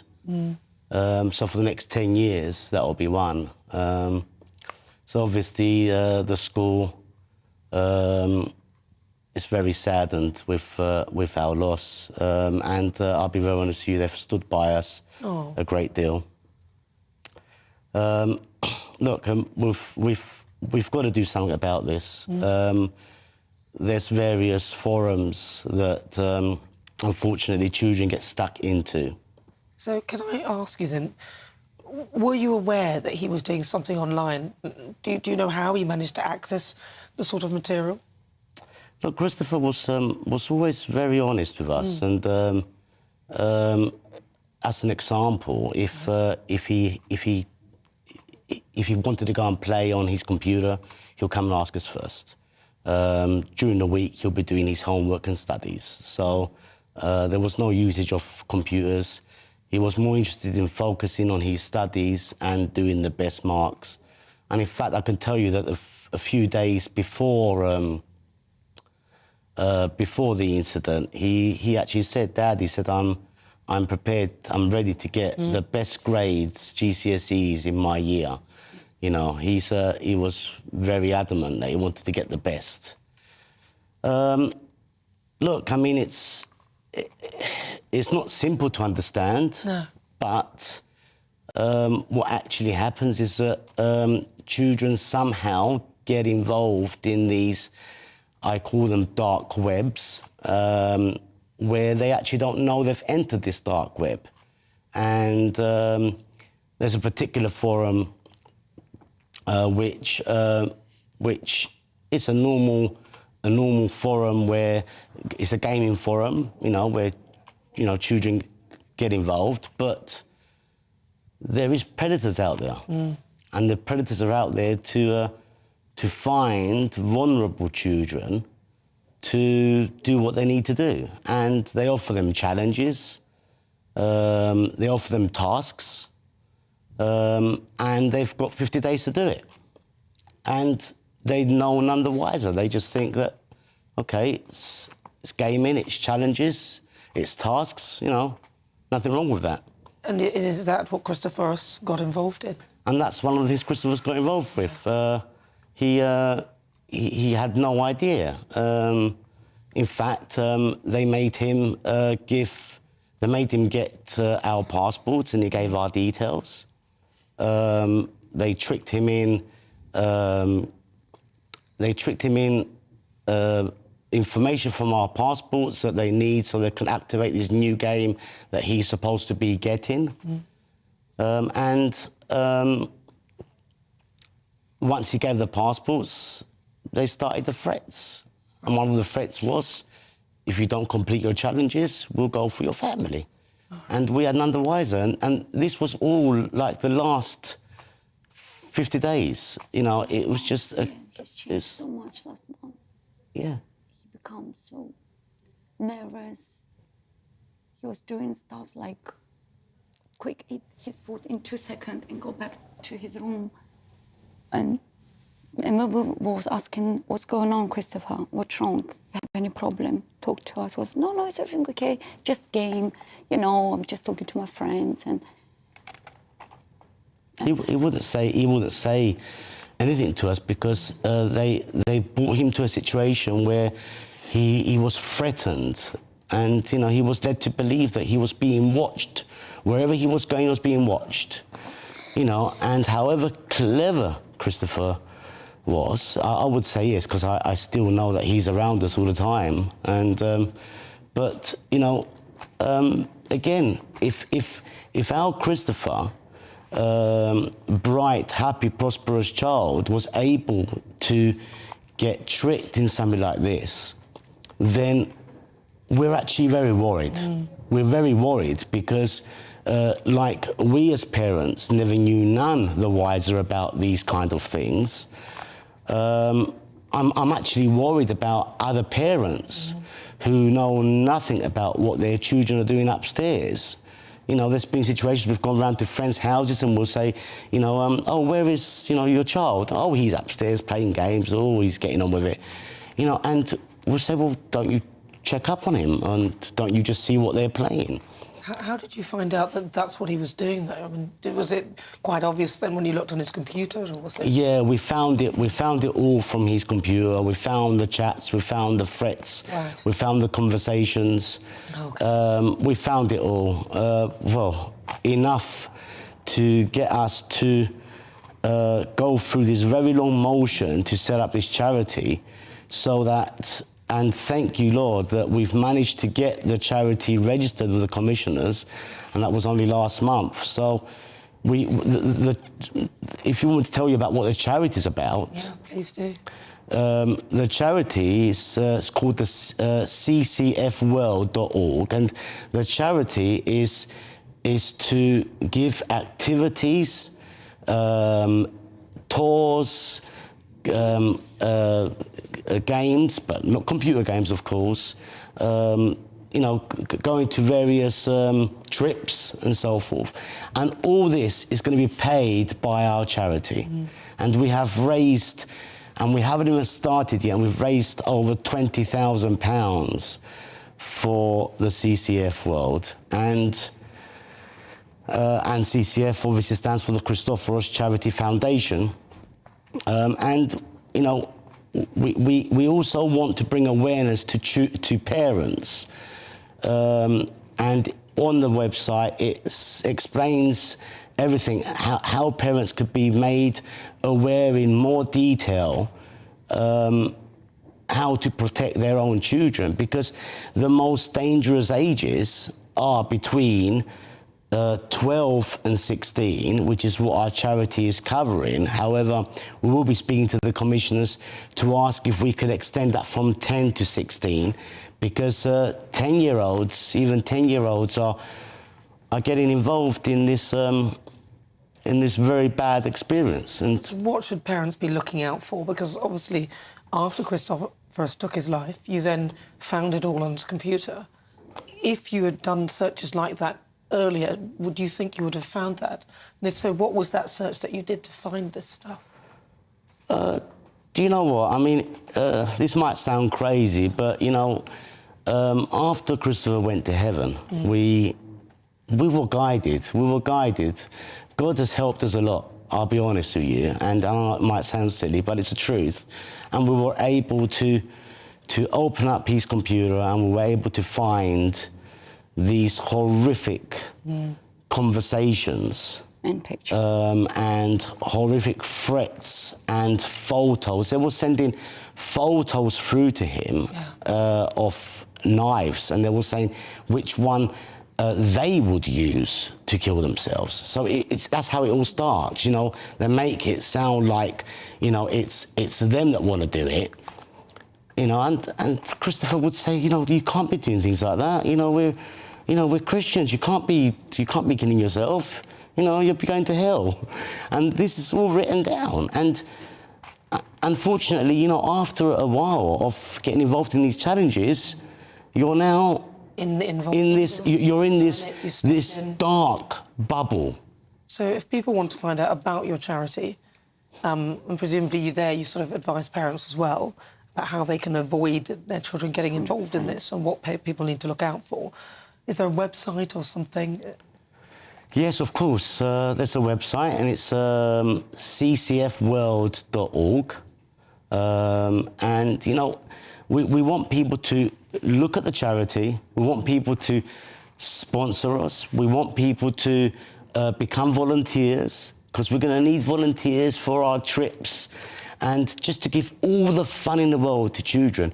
Obviously, they're not allowed to go on social media, but, you know, they're going to have great fun. They're going to have outings, they're going to have trips, they're going to have, you know, and that's what we want to spend 100% of all the money we raise. And it's going to be every week. There'll be a new trip, there'll be a new activity every week, and maybe 3-4 times a week. And we're trying to grow it. We're trying to grow it, and we're trying to make parents understand and be aware of it, but really keep focused on what the children are doing. Yeah, and of course there'll be, you know, there'll be leaflets given out on each time, so the kids can take home.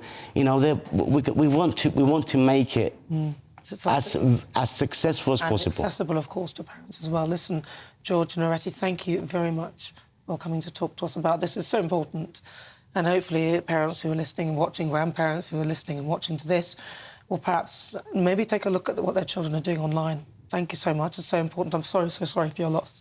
Thank you. Thank you so much. Thank you for having us. Thank you. Thank you. Stay tuned, because coming up, it's time for our Great British Debate this hour. I'm asking, what can employers do to keep their workforce in the UK? An Australian official who is set to visit the UK at the end of February will try to convince Brits to move down under. Better wages, better houses, cheaper rent. Who could resist? Are you tempted? Stay tuned. That is on after this.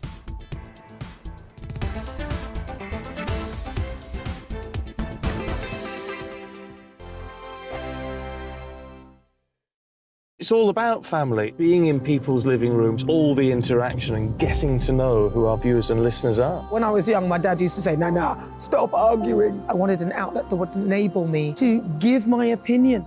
People are going through a really hard time right now, and I know that you don't feel like you're being listened to by the establishment. I came to GB News because it's the People's Channel, and I want the audience to have their say on the events of the day. We're dynamic. We do something different. Democracy shows that the wisdom of the nation is in its people. I get to travel to find out what the story is from a personal perspective. The British people aren't fools. We know when we're not being told the full story. We've got to work out how Britain moves forward from this. It's the best country in the world. The establishment had their chance. Now we're here to represent your views. Britain's watching. Britain's watching. Britain's watching. We're proud to be GB News. The People's Channel. Britain's news channel. Join my show Farage, 7 p.m. till 8 p.m. Monday through Thursday, and there you will get opinion, analysis, debate, and I'll cover stories that nobody else dares to touch. You've been cancelled. Join the club. Oh my goodness me. And then for the last 15 minutes, talking pints. We're over a drink. We have a civilised conversation with someone. We very often disagree, but we do it in a grown-up way. Come and join me on Farage. We are GB News, the People's Channel. And right across the United Kingdom. You can find us on Sky Channel 512, Virgin Media Channel 604, Freesat Channel 216, Freeview Channel 236, And YouView, channel 236. You can also take us with you on DAB Plus Radio. With the GB News app and at the website gbnews.uk. We're absolutely everywhere. Come join us on GB News, the People's Channel, Britain's news channel. He's the king of breakfast TV, and he's back. Eamon Holmes, back on the TV with me this morning. Even remember my name. I know, it's been 4 months. You have holy water by your bed? Oh, yes. Already to bless. Yeah. Oh, Eamon. Oh. Why do you not believe anything I say? Eamon Holmes back on GB News Breakfast at 6 a.m. Hello, I'm Esther McVeigh. And I'm Philip Davis. Whether you're watching or listening on TV, online or on radio, we handpick the latest stories, debates and expert opinions for your weekend. So whether that's politics, news or showbiz, we've got it covered. Join us every Saturday morning at 10 o'clock on GB News. We are GB News, the People's Channel. Why not take us home with you by visiting the GB News shop at gbnews.store. You'll find all the official merchandise, a really good present actually for yourself, your friends or your family. We ship across the UK mainland at no extra cost. GB News, the People's Channel.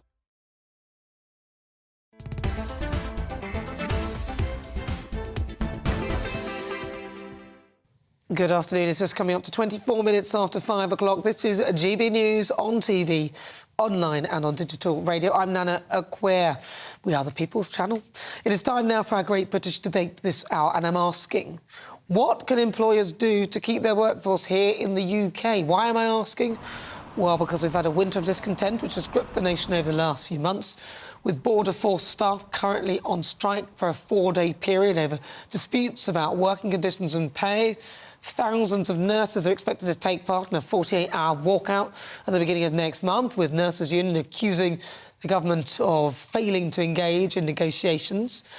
Then all of this comes as the Western Australian state is attempting now to poach over 30,000 British workers to fill job vacancies in the public sector. As Britain experiences a cost of living crisis, they're looking to recruit teachers, police officers, as well as doctors. An official who is set to visit the UK at the end of February will try to entice Brits. Not much enticing needed, to be honest, just looking at the pictures. You can check us out online as well. To entice Brits with better wages, bigger houses, cheaper rent, and, of course, far better weather.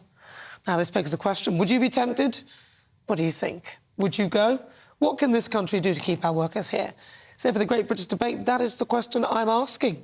I'm joined now by political commentator Reem Ibrahim, former Australian High Commissioner Alexander Downer, former SNP Glasgow City Councillor Austin Sheridan, and media writer at the Australian Sophie Ellsworth. I'm going to start with you, Reem. You wrote a little article a little while ago about nothing here for the young people. Talk to me about it. Why'd you write that? Well, exactly. It was following Jeremy Hunt's budget at the end of last year, and essentially I called it intergenerational theft, because that's what it is. The government had promised the triple lock on pensions, had promised further government spending, and all of this would, of course, be paid for by the hard-working young taxpayers like myself. And so I thought that it's incredibly unfair welfare. We now have the highest tax burden in 70 years. I honestly do not blame people, young people especially, if they think they sort of assess their prospects and see, OK, in the United Kingdom, there is nothing for me. Let's go elsewhere. Well, Reem, who do you think paid for your schooling then?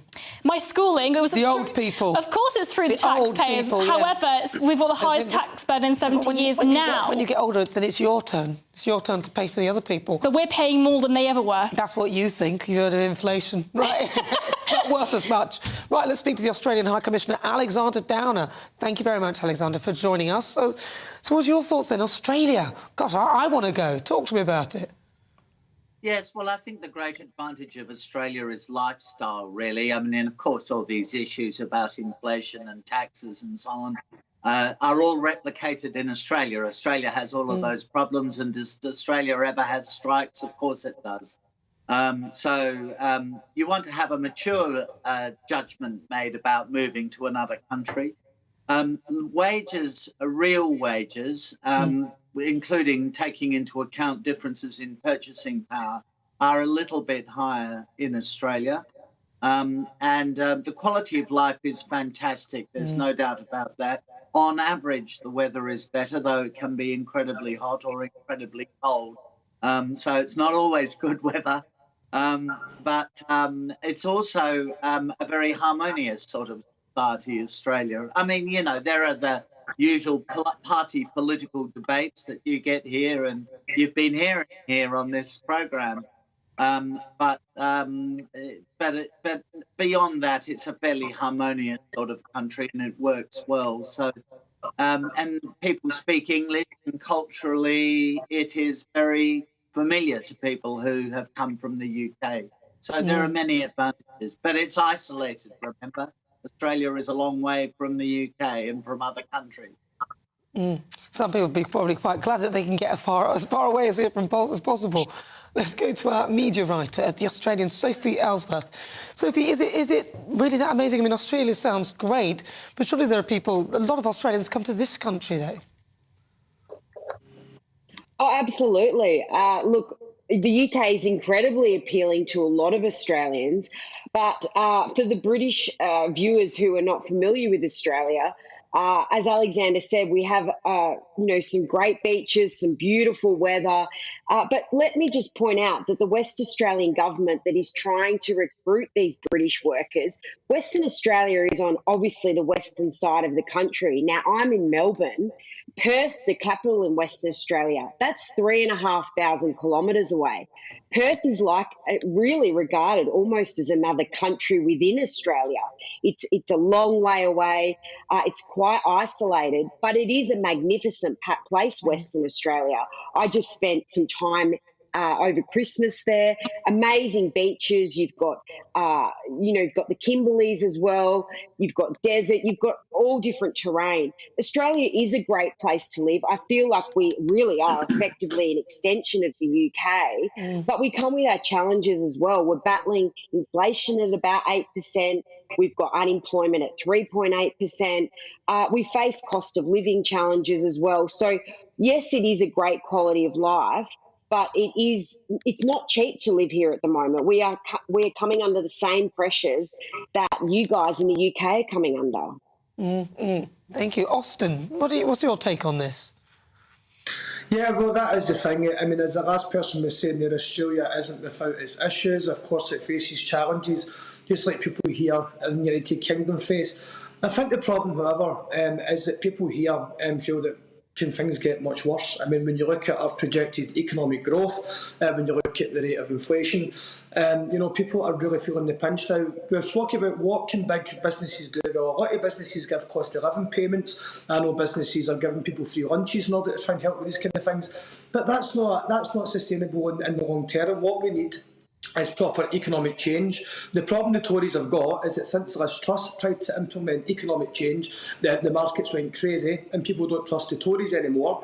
And the problem with Keir Starmer is that he doesn't seem to have any policies. He's just sitting, waiting to win the election because the Tories are doing so badly, and that's not the way to lead. What we need is a proper economic plan put forward by the Labour Party, and so that the markets can get used to that idea, so that when they do come to government, that it's not going to shock the markets and we can actually start to turn the economy around. But the Tories aren't going to be able to do it because they don't trust him anymore.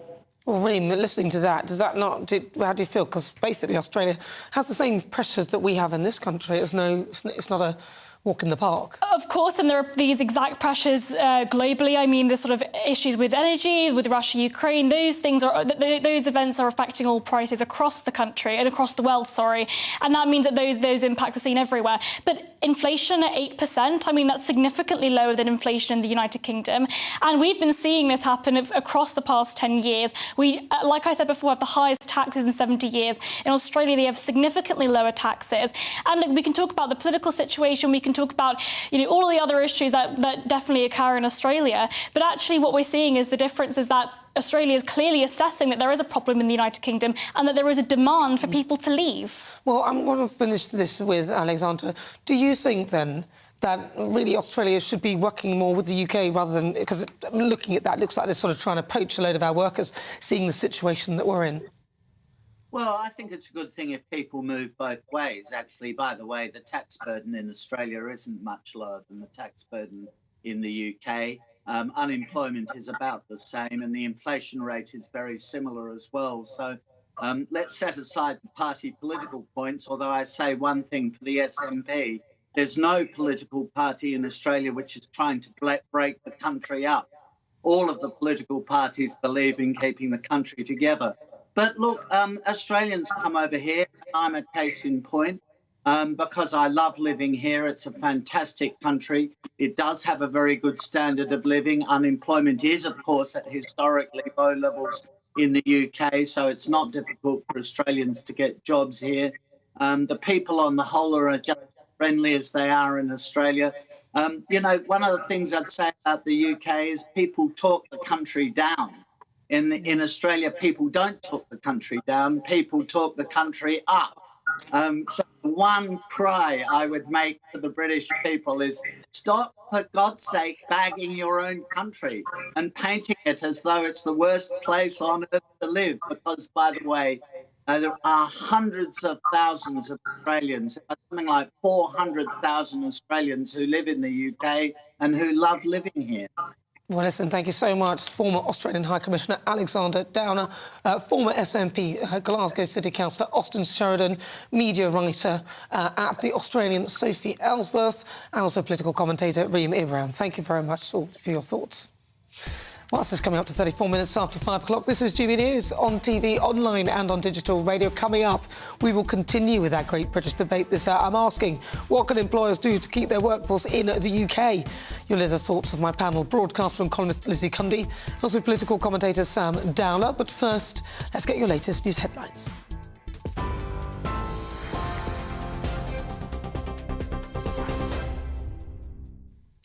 Good afternoon, it's 5:33. This is the latest from the GB Newsroom. The UK says it's ready to support countries which can provide fighter jets to Ukraine. The Prime Minister made the commitment after addressing the Munich Security Conference, where he urged world leaders to act now and double down on military support. Rishi Sunak said the West's response to Russia hasn't been strong enough, and to win the war, Ukraine needs more artillery, armoured vehicles and air defence. What I've done is say to all allies that we stand ready to support them if they can provide fighter jets to Ukraine now. And for our part, we're also leading the world in training Ukrainian pilots on NATO standard aircraft. That's the right thing to do, because this is about giving Ukraine the means to defend themselves and win this war. That's about more air defence, it's about armoured vehicles, it's about long-range weapons. The UK is out in front in all of these things, and it's important that we continue to do so and lead, because we all want to see Ukraine succeed. The Prime Minister also confirmed Britain and the EU have an understanding on how to solve problems with the Northern Ireland Protocol, but said no deal has been done. Talks between Mr Sunak and the European Commission President were described as positive, but the leaders said intense work was still needed at official and ministerial levels, and they agreed to remain in close contact over the coming days. The death toll, nearly 2 weeks after the Turkey earthquake, has climbed to more than 46,000. Former Premier League footballer Christian Atsu is among the lives lost. His agent confirming his body was found under the rubble of his home.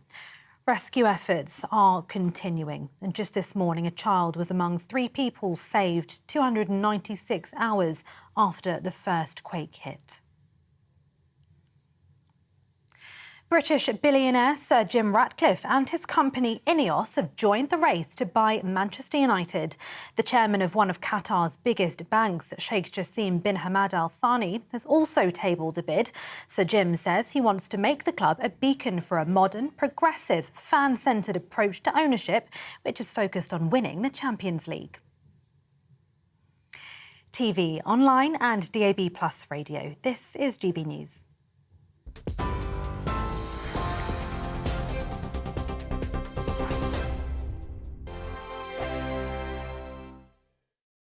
It's all about family, being in people's living rooms, all the interaction and getting to know who our viewers and listeners are. When I was young, my dad used to say, Nana, stop arguing. I wanted an outlet that would enable me to give my opinion.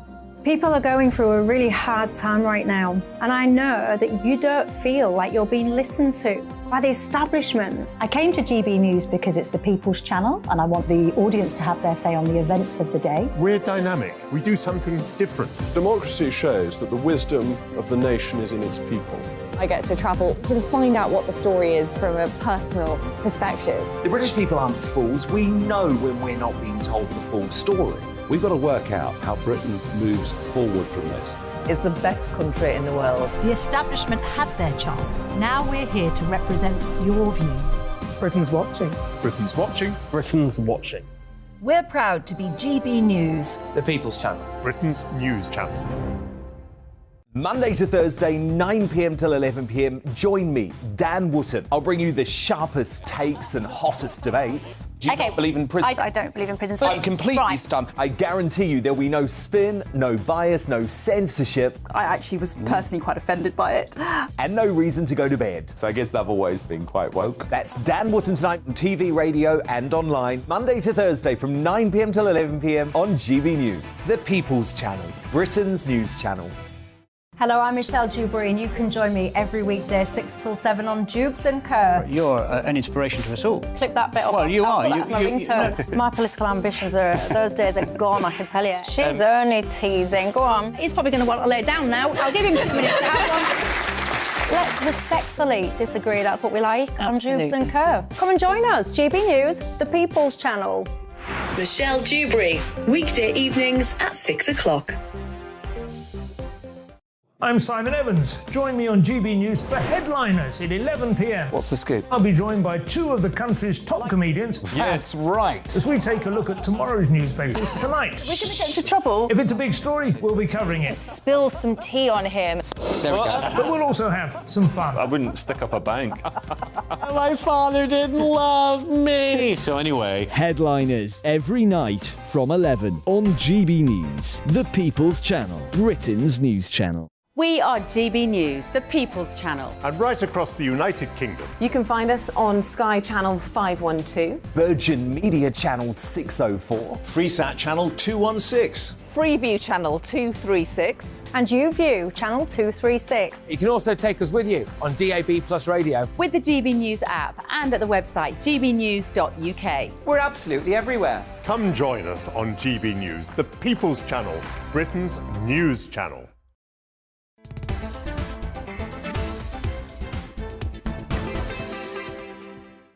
It's just gone 39 minutes after 5 o'clock. Good afternoon. If you've just joined in, where have you been? This is GB News. We're live on TV, online and on digital radio. I'm Nana Akua. It is now time for our Great British Debate this hour, and I'm asking, what can employers do to keep their workforce in the UK? Now, we've had a winter of discontent, which seems to have gripped this country in the last few months. We've had border force staff currently going on strike, although apparently the military did a better job than them. We've got loads of other people on strike. You've got thousands of nurses. They're expected to take part in another 48-hour walkout at the beginning of next month, with the Nurses' Union accusing the government of failing to engage in negotiations to resolve the ever-worsening disagreement. And this all comes as the Western Australian state is attempting to poach over 30,000 British workers to fill vacancies for teachers, police, officers and doctors. Now, an official is set to visit the UK at the end of February and will try to entice Brits with better wages, bigger houses, cheaper rent and, of course, better weather. So are you tempted by that offer? So for the Great British Debate this hour, I'm asking, what can employers do in this country to keep their workforce? Well, joining me now is my panel, broadcaster and columnist Lizzie Cundy, also broadcaster and political commentator Sam Dowler. Lizzie, what can they do to keep people? I mean, look at that, and better weather, better everything. Surf and sun sounds good to me, doesn't it? But I think Australia have spotted an opportunity, like the migrants coming over on the cross channel, to rip anything out of the good old UK. Let's get them. Look, I can understand in some respects because the NHS is in absolute shambles, and the nurses have not been treated right in my eyes for a long time now. You know, for many government's faults, by the way. But you know, I mean, you're looking at the police at the minute. I'll be quite happy for them to take some of our police force. We've got 1,000 under investigation. You know, all they do is whinge about their resources, and they've got rainbow-coloured cars at the moment. You know, and the Lancashire police, I mean... Well, not all of them. Not all of them. There's some good ones, it's not fair. Whether they could find Australia on the map is another thing. But, you know, I don't think it is as it is, you know, and I know that there are also issues in Australia, and I don't know whether people miss their loved ones and family, so I don't know. Some people can't wait to get away from them. What about you, Sam Dowler? Well, I'm actually going to Australia next week for 2 weeks. I'm so sorry. You might not come back. What? I'll be back. Yeah. But I'm going there for Sydney World Pride. It's going to be a fantastic celebration. But I've lived in Australia as well for a year. My sister lives in Brisbane. She moved there when, I think the 80s, I think. So this is, I mean, what we're talking about here is Western Australia. So Western Australia have like a booming mining industry, which has been, you know, moving up like tenfold, like in the last 10 years. And so obviously they are trying to lure people over. And you know, Western Australia, obviously it's Perth mainly. Perth. Would you go to Perth? It's Perth, there's a non-stop flight to Perth actually. They've just started doing that, but obviously it's very different to Sydney, Brisbane, Melbourne. But they need the workforce, they need the people, because there's so much money in the mining there that they need more population, especially skilled population, which they don't have over there. Well, I'll go down the mines. Depends how much money there is. So I'll go back, get my own jewellery down there. That sounds good, doesn't it? I'll get myself some diamonds. I think it's as simple as that. No, is it not? Well, you can understand people not being happy. Here's Rishi, you know, and taxing the death out of us all in every aspect. I think they need to think about it. Going up 5%. You know, if you live in Croydon, it's gone up to 15%. We're getting taxed on everything. Well, you know the answer there. Don't move to Croydon. I'm joking. But there's the high cost of living. It's an attractive way of life, of course it is, and especially, you know, at the moment where our weather is terrible, and you know we're going through strikes and, you know, cost of living crisis, a government in turmoil. I mean, obviously, you know, Australia isn't perfect, but what they're saying is you know, this is you know, you get more money, there's less taxes, but it's so far away from family and friends that was the problem for me. That was the problem for me. What about bugs with faces and bugs that can kill? That's enough for me. That's It does have 8 of the top 10 most poisonous creatures in the world. Like a spider with a face. A spider with a face. One of those big spiders with an actual face that looks like he goes, all right. You know, with the spider with huntsman's. Hello, Dal. Can I bite you? Talking of poisonous creatures, Mick Lynch is probably one of the reasons that people do want to leave this country, with all the lefty unions stopping everyone from going to work. But it's true. The unions will, you know, they will not agree. How long are these strikes going to go on for? They're going on forever. Well, that was Nana's question. What can the UK workforce do? I mean, obviously, you know, give them more money, give them, you know, lower their taxes, help out the people, help out the police and the nurses, all the people who they're trying to. All the people who they're trying to poach seem to be the ones that are, you know, striking or having a problem. So I mean, you know, is Western Australia striking at the right time to come and pinch some of the people? Well, you know, they're probably doing what we did to them and saying, well, you can keep the people who come across the channel now, and we will take the people who you already have. What are we going to be left with? Yeah, well, because they obviously don't have that problem there in their country anymore, first of all, because it's pretty much surrounded by water and treacherous seas that you can't really get across quite easily. But yeah, they sorted it out by turning boats back. That's what we should do. Hey, I mean, I don't know. What is the answer? Well, this show's nothing without you and your views. Let's welcome some of our great British voices. This is your opportunity to be on the show and tell us what you think about the topics we're discussing. Today, I've got 4 of them. Let's start with Miranda Richardson from Northamptonshire. Not the Miranda Richardson. You know that, Miranda. It's Miranda Richardson. Miranda, what do you think? What can we do to keep people, or should we just let them go? Oh, do you know what? I think that the problem that we end up thinking is that everybody, you know, we need to keep them here, we need to keep them safe. If they want to go, let them go. Apparently there's enough people in the country for the other jobs that we've got going, so it might free up a bit of spaces for other people that want to get in. Why not? You know, I think if people want to try, if they want to move, they want to better themselves, they're going to do that no matter where they're from or where they are. You know, so let them have that opportunity. But I think the biggest thing is Australia is a very far away. You know, you're talking 24 hours on a plane. Yeah, well, if you can stomach the journey, 24 hours on a plane, I don't know whether I can. Alan McNeely is there in Grimsby. Alan, can we do anything to keep these people, or do you think this country is worth staying in? Afternoon, Nana. I think young people that are motivated will head off for Australia and see what's what. It's a good opportunity for them. It's not going to empty the country by any means. What could we do to keep them? Well, we could do a lot to keep them by... your guests who were on the earlier segment of your show put it very distinctly. What, not those two numpties that are with me now? The ones that were on before, Nana. Stop running the country down and telling everyone that it's so rubbish. This is a great country with a great future. You know, but all you hear from your politicians, the mainstream media, the unions, is it's all going to hell in a handcart. I don't think it is for a moment. I think this country has got so much to offer people and has got such a bright future that we just shoot ourselves in the foot by listening to these people, for want of a better word. Doing it down. Seshni, what about you? She's there in Milton Keynes. Good afternoon, Nana. Yes, I agree with Alan. We do have such a great country to work in, and the employers do need to do their best. Otherwise, we're going to have a economic drain and a brain drain, Nana. So things that they can do, according to Harvard Business School, is that they can show the employees respect. They can provide them with rewards and review their pay, and especially with the strikes now, review those pays that people are striking. Or, provide them with relaxation, ensure their well-being. Yes, and there's so much more they can do, Nana. Yeah, that's true, though. They should do a lot more. And finally, Brian Dugan... the other two was responsibility of improving their skill sets. No, moving on. Brian Dugan in Solihull. Sorry, Seshni, we run out of time. Go on.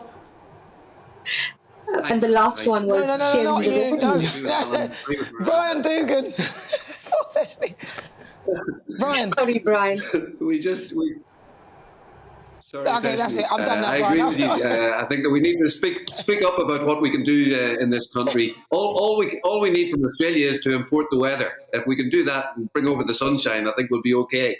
But listen, if we can just foster a kind of culture that's more upbeat, more optimistic, a learning culture embedded in our workforce. Continuous development and career. I think that's what people are looking for. And a little more money maybe besides. Yeah, a lot more money. Thank you very much, Brian Dugan. Lovely to talk to you. Thank you so much for my voice. Especially apologies, but we had to move on. Brian Dugan, Miranda Richardson, and also... Who else have we got? I've forgotten everybody's name now. And Alan in Grimsby. Right, moving on to another story that caught my eye. The legendary football club Man U is up for sale, according to reports. British billionaire Sir Jim Ratcliffe has put a bid in, as well as the chairman of one of Qatar's biggest banks.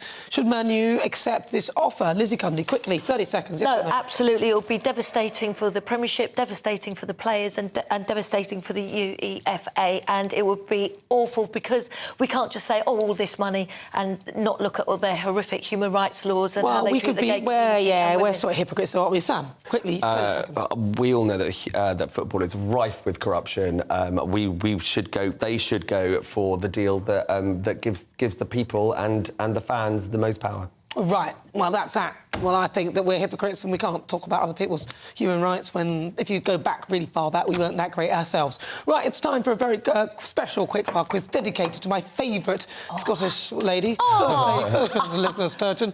Joining me, broadcaster Lizzie Cundy. Lizzie, your buzzer, please. And also Sam Dowling, your buzzer, please. Question 1. Please play along at home. Which celebrity comedian is Nicola Sturgeon most often compared to? Is it A, Peter Kay? Is it B, Catherine Tate? Or C, Jimmy Cranky? I'll go for you, Sam Dowler. Jimmy Cranky. It is Jimmy Cranky. Yes, the First Minister has often been compared to Jimmy Cranky. And according to reports, Sturgeon likes the character and realises people are just having fun. That's good. Question 2, because there's going to be a lot of it, Nicola. Question 2. What year did Nicola Sturgeon become First Minister? Closest answer wins. And then Lizzie Cundy. 2016. Sam Dowler. It was 8 years ago, which would make it 2015 as well, sorry. No, both wrong. It's 2014, actually. Damn. But you're the closest answer, so you win, Sam Dowler. Well done. It's the same. Is it? Oh, I don't even know. No, you said 15, she said 16. I said actually 2014, but anyway. No, anyway, let's go quickly. No, she didn't. You no, got I that right, question 3. Before Sturgeon became a politician, what job did she have? Was she A, no... Sorry. A, a lawyer, B, a plumber, or C, investment? Sam Dowler. I'm going to say a lawyer. You're absolutely correct. She was a lawyer. I was going to say plumber. Oh, well, there you go then. Got those hands. She was a solicitor in Glasgow before she was elected to the Scottish Parliament in 1999. Right, question 4. True or false? Nicola Sturgeon shares one of her names with a football manager, Sir Alex Ferguson. Lizzie Cundy. True. True, Sam Dowler. She has one of her names? Yeah. False. OK, well, let's see. Lizzie should know it's true. Nicola Sturgeon's middle name is actually Ferguson. Ferguson. Ferguson. Nicola Ferguson. Oh, Sarah Ferguson just on the phone. Very unhappy about that. Oh, wasn't happy with what was happening. And question 5, your final question. Who did Nicola Sturgeon jokingly say that she would endorse for the next leader of the SNP? Was it A, Lewis Capaldi, B, Alex Salmond, or C, Andy Murray? Ooh. I don't know who was next. Who would you go? I think it was Sam Dowler. It was a tie. Together. Andy Murray. Andy Murray. Andy Murray. Andy Murray. It was indeed Andy Murray, yes. You're both right. I don't know what the scores are. Somebody out there will work it out. Yes, Nicola Sturgeon backed Andy Murray on Twitter after he jokingly said that he was interested in getting into politics after tennis. Now there is a vacancy. Do you think he'd make a good leader of the SNP? I think he would, actually. I really Boring do. enough. No, needs a new career. Do a lot better than her. It's never going to be Alex Salmond, is it, after their history? Well, he's not going to come back, is he? Or he might do. No, I smell something fishy if he does. Would it be nice? It'd be nice to have a non-fishy First Minister. Interesting. Yes. Well, yeah, I think I'd do the job, but I'm not Scottish, sadly, which is unfortunate. But no, let's see what goes on with that. I wonder what's happening. Who's going to take up the helm of leader of the SNP? But on today's show, we've been asking, is the SNP's dream of independence dead? According to our Twitter poll, 87% of you, a load of you said yes, only 13% of you said no. Huge thank you to my fabulous panel, Lizzie Cundy. Thank you very much, Lizzie. Thank you. Lovely. And Sam Dowler, you're going away, so you're not going to be with us for a few weeks. Not for a couple of weeks, but after that, I'll be back with a bang and a tan. Woo! And maybe I'm not going to stay in Australia unless they offer me, like, twice as much money. Well, Jokes. Well, you never know. And Lizzie, you'll be back next week. Of course I'll be Anything here, exciting? I know you're doing something exciting tomorrow, though. Well, yeah, I'm at Julian McDonald's fashion show, start of London Fashion Week, so I'm there. Wow. So looking forward to that. Might bring you a few little outfits. I thought you might give me a ticket, but just a few little outfits. Cheers, mate. That's lovely of you. Sorry about that. Bruno Tonioli's already got that one. Has he really? Yes. Oh, that's so unfair. Didn't somebody ask you for that ticket earlier today? They did. It wasn't me. It wasn't me. That's what they all say. I don't do fashion. Well, we can say. Have a lovely time. We will miss you. Enjoy I'll miss Australia. you too as well. Good luck. Send us a few tweets on Twitter. I will. Well, I can do it down the line while I'm there and tell you. I can tell you all about it. Yeah. Yeah, that would be good actually. Down the line, down under. Down under. Down the line, down under. Good night, mate. Interesting. Well, listen. Thank you so much to my panel, broadcaster and columnist Lizzie Cundy, and also broadcaster and commentator Sam Dowler. And as ever, a huge thank you to you for your company. I'll be back at 4 p.m. tomorrow to discuss the top stories. Joining me tomorrow will be broadcaster and author Christine Hamilton, also broadcaster and journalist Danny Kelly.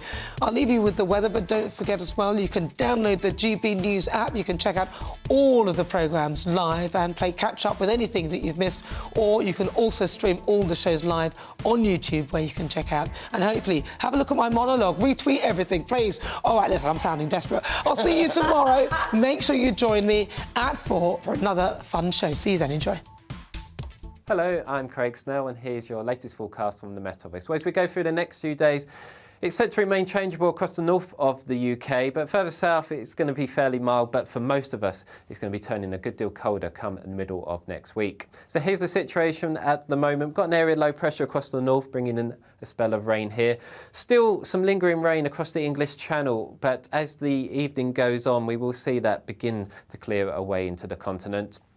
The rain across Scotland and northern England also moving away as we go into the small hours of Sunday, but that will briefly allow something a bit clearer and colder for Scotland, so risk of some icy stretches here. Cooler elsewhere compared to recent nights, but still on the mild side. Temperatures for most towns and cities not falling much lower than 7 or 8 degrees.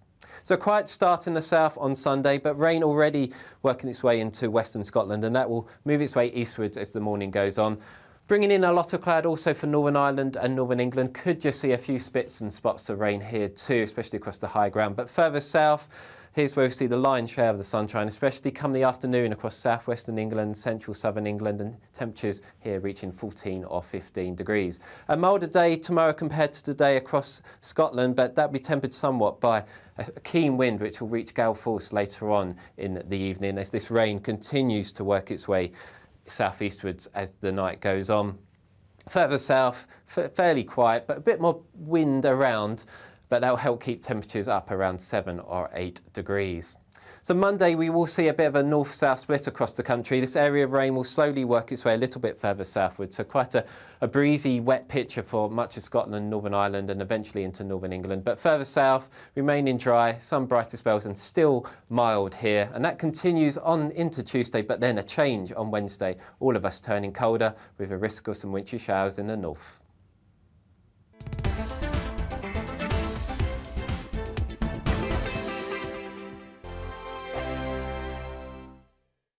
We are GB News, and we'd like to say thank you to each and every one of you for bringing us your conversations, for helping our great nation find its voice. We are here for you on radio, television, and online, across England, Scotland, Wales,